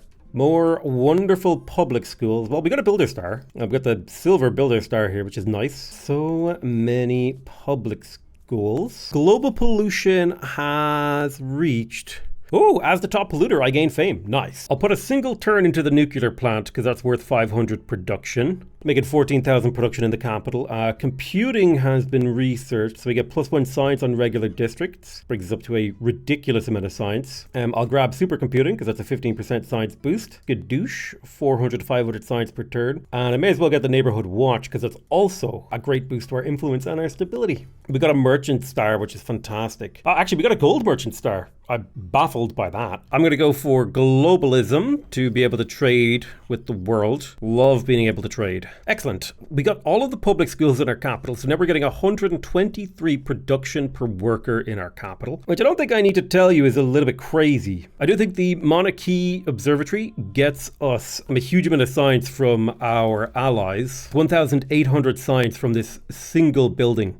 Pretty damn good. You know what? I feel like Civ could learn a lot from idle, or not Civ, sorry, Humankind could learn a lot from idle games. I've been playing this idle game on my phone called Cat Snack Bar. Do not judge me. Any Cat Snack Bar enjoyers in the comments section, do let me know. It'd be kind of fun if that game had friends. You could send each other cats, help each other farm gems. And listen, I did buy the no ads package. Do you know why? Because I fucking hate ads. Even though it's how I make most of my money. I'm willing to pay to not watch ads. I pay for YouTube Premium, but whenever I use a service, I will pay to not use the ad, to not watch ads. I don't like them. Companies got to make money, and I would be happy to pay. All right, we're going to build a space station out here.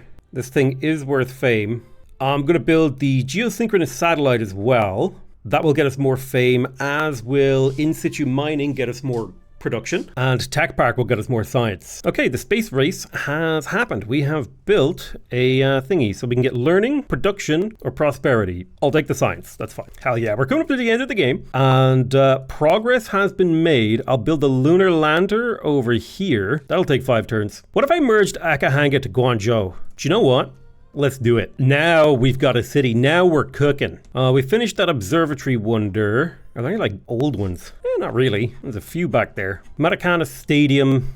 Yeah, the Congress of Humankind quarters seems pretty good. So Leventa has all its public schools. Somehow Akahanga has higher production per pop than my capital, which is somewhat shocking, to be honest. The lunar lander is about to launch. Yeah, interplanetary expedition. Yeah. So I'm thinking geosynchronous orbit is next. I'll fire this bad boy out here. Problem is, like, by the time you reach the super late game part of things is individual decisions become a little bit, well, not meaningless, but less meaningful. Okay, we got communication satellites. We got the World Wide Web. This gets us +1 money on regular districts. The neural implant will get us 20% influence on main plaza. I don't know if that actually does anything, but we'll research it because it is worth fame. I now have the first satellite in orbit, and that means I have revealed the world. Let's fire off a polar satellite over here. Also, I just made the decision to ignore the consequences of nuclear waste. Listen, under no circumstances will that ever come back to bite me. All right, so there's the World Wide Web researched. We got another 200 fame. We built a cultural wonder. Awesome. I'll launch the Mars colony from over here. That'll take 5 turns. It'll get me 400 fame and get me some bonuses on things. Monumental contractor. So I think I helped someone else build something. 42,000 influence seems like a good deal here. The neural implant is completed. We're going to get to research what next? Oh, the space station. That'll give me more city cap. Not that I need city cap. It doesn't seem to matter this deep into the game. I like how this city kind of looks a little bit like India, even though it's Beijing. It's just kind of a neat little thing that I noticed. All right, I'm going to found the city of Taiyi, and it's going to be a population bonanza in here. I'm going to make so many farmer quarters. Interplanetary expedition. Complete all levels of the interplanetary expedition. That's a lot of fame right there. We're up to 21,000 fame. Kind of wish I could end the game sooner. Do I really want to sit here for 84 turns? Honestly, not really. I feel like I've gotten enough out of the game at this point. I do not feel that much need to continue playing. Oh, hey, we can trigger the end of the game at the end of the next turn. Boom. Now, we can't choose to enjoy this, but I'm happy to trigger the end. I cannot believe the game. I was literally like, you know what? I think I'm done with the game. And the game is like, okay, you're done. I'll give it that credit. You know what? I'll give it the credit. That's it. It's game over. So what did I learn from Humankind? I learned that there is a fun game here. I learned that the game needs work. And it needs foundational work. But this is a really fun mod, and I recommend the mod. I don't know if I recommend base game Humankind as it currently stands. I definitely recommend Humankind with the mod. And I think that's got to be its own piece of feedback to the developers. They need to look at the mod, the vanilla improvement pack, and really have a think about what changes are in there that are making the game fun. Because it's clear to me the vision they have for the game isn't quite coming through the way they would like. And I tried to do my best to sort of highlight where I thought the vision of the game was failing, but it's kind of hard to do in a I don't even know how long this series is at this point. This is an entire game of Humankind compressed into a single video. But there you go.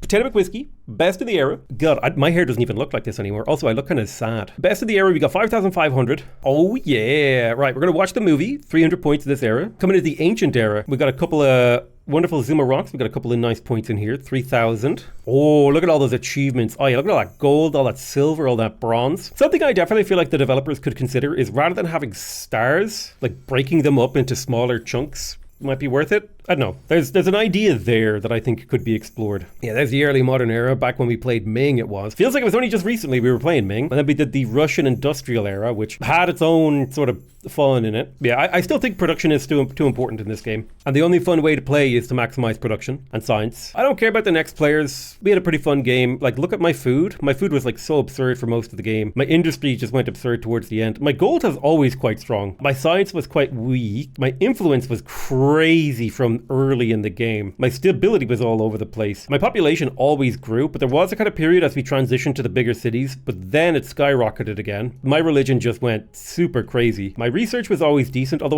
there was a part of the game where I was behind a little bit. My trade was always nutty. I always had a military, but not really much of one. But I definitely had the most / best cities, depending on how you want to look at it. Yeah, I would call this like Humankind. It's a fun game, but there's a lot of frustrating things about it. That's kind of like my final say on it right now. I will be doing a video where I'm gonna come up with like 10 ways to improve Humankind or something like that. But that's it for me. I want to thank you guys very much for watching. I love you all very, very much, and I'll see you guys next time. Bye-bye!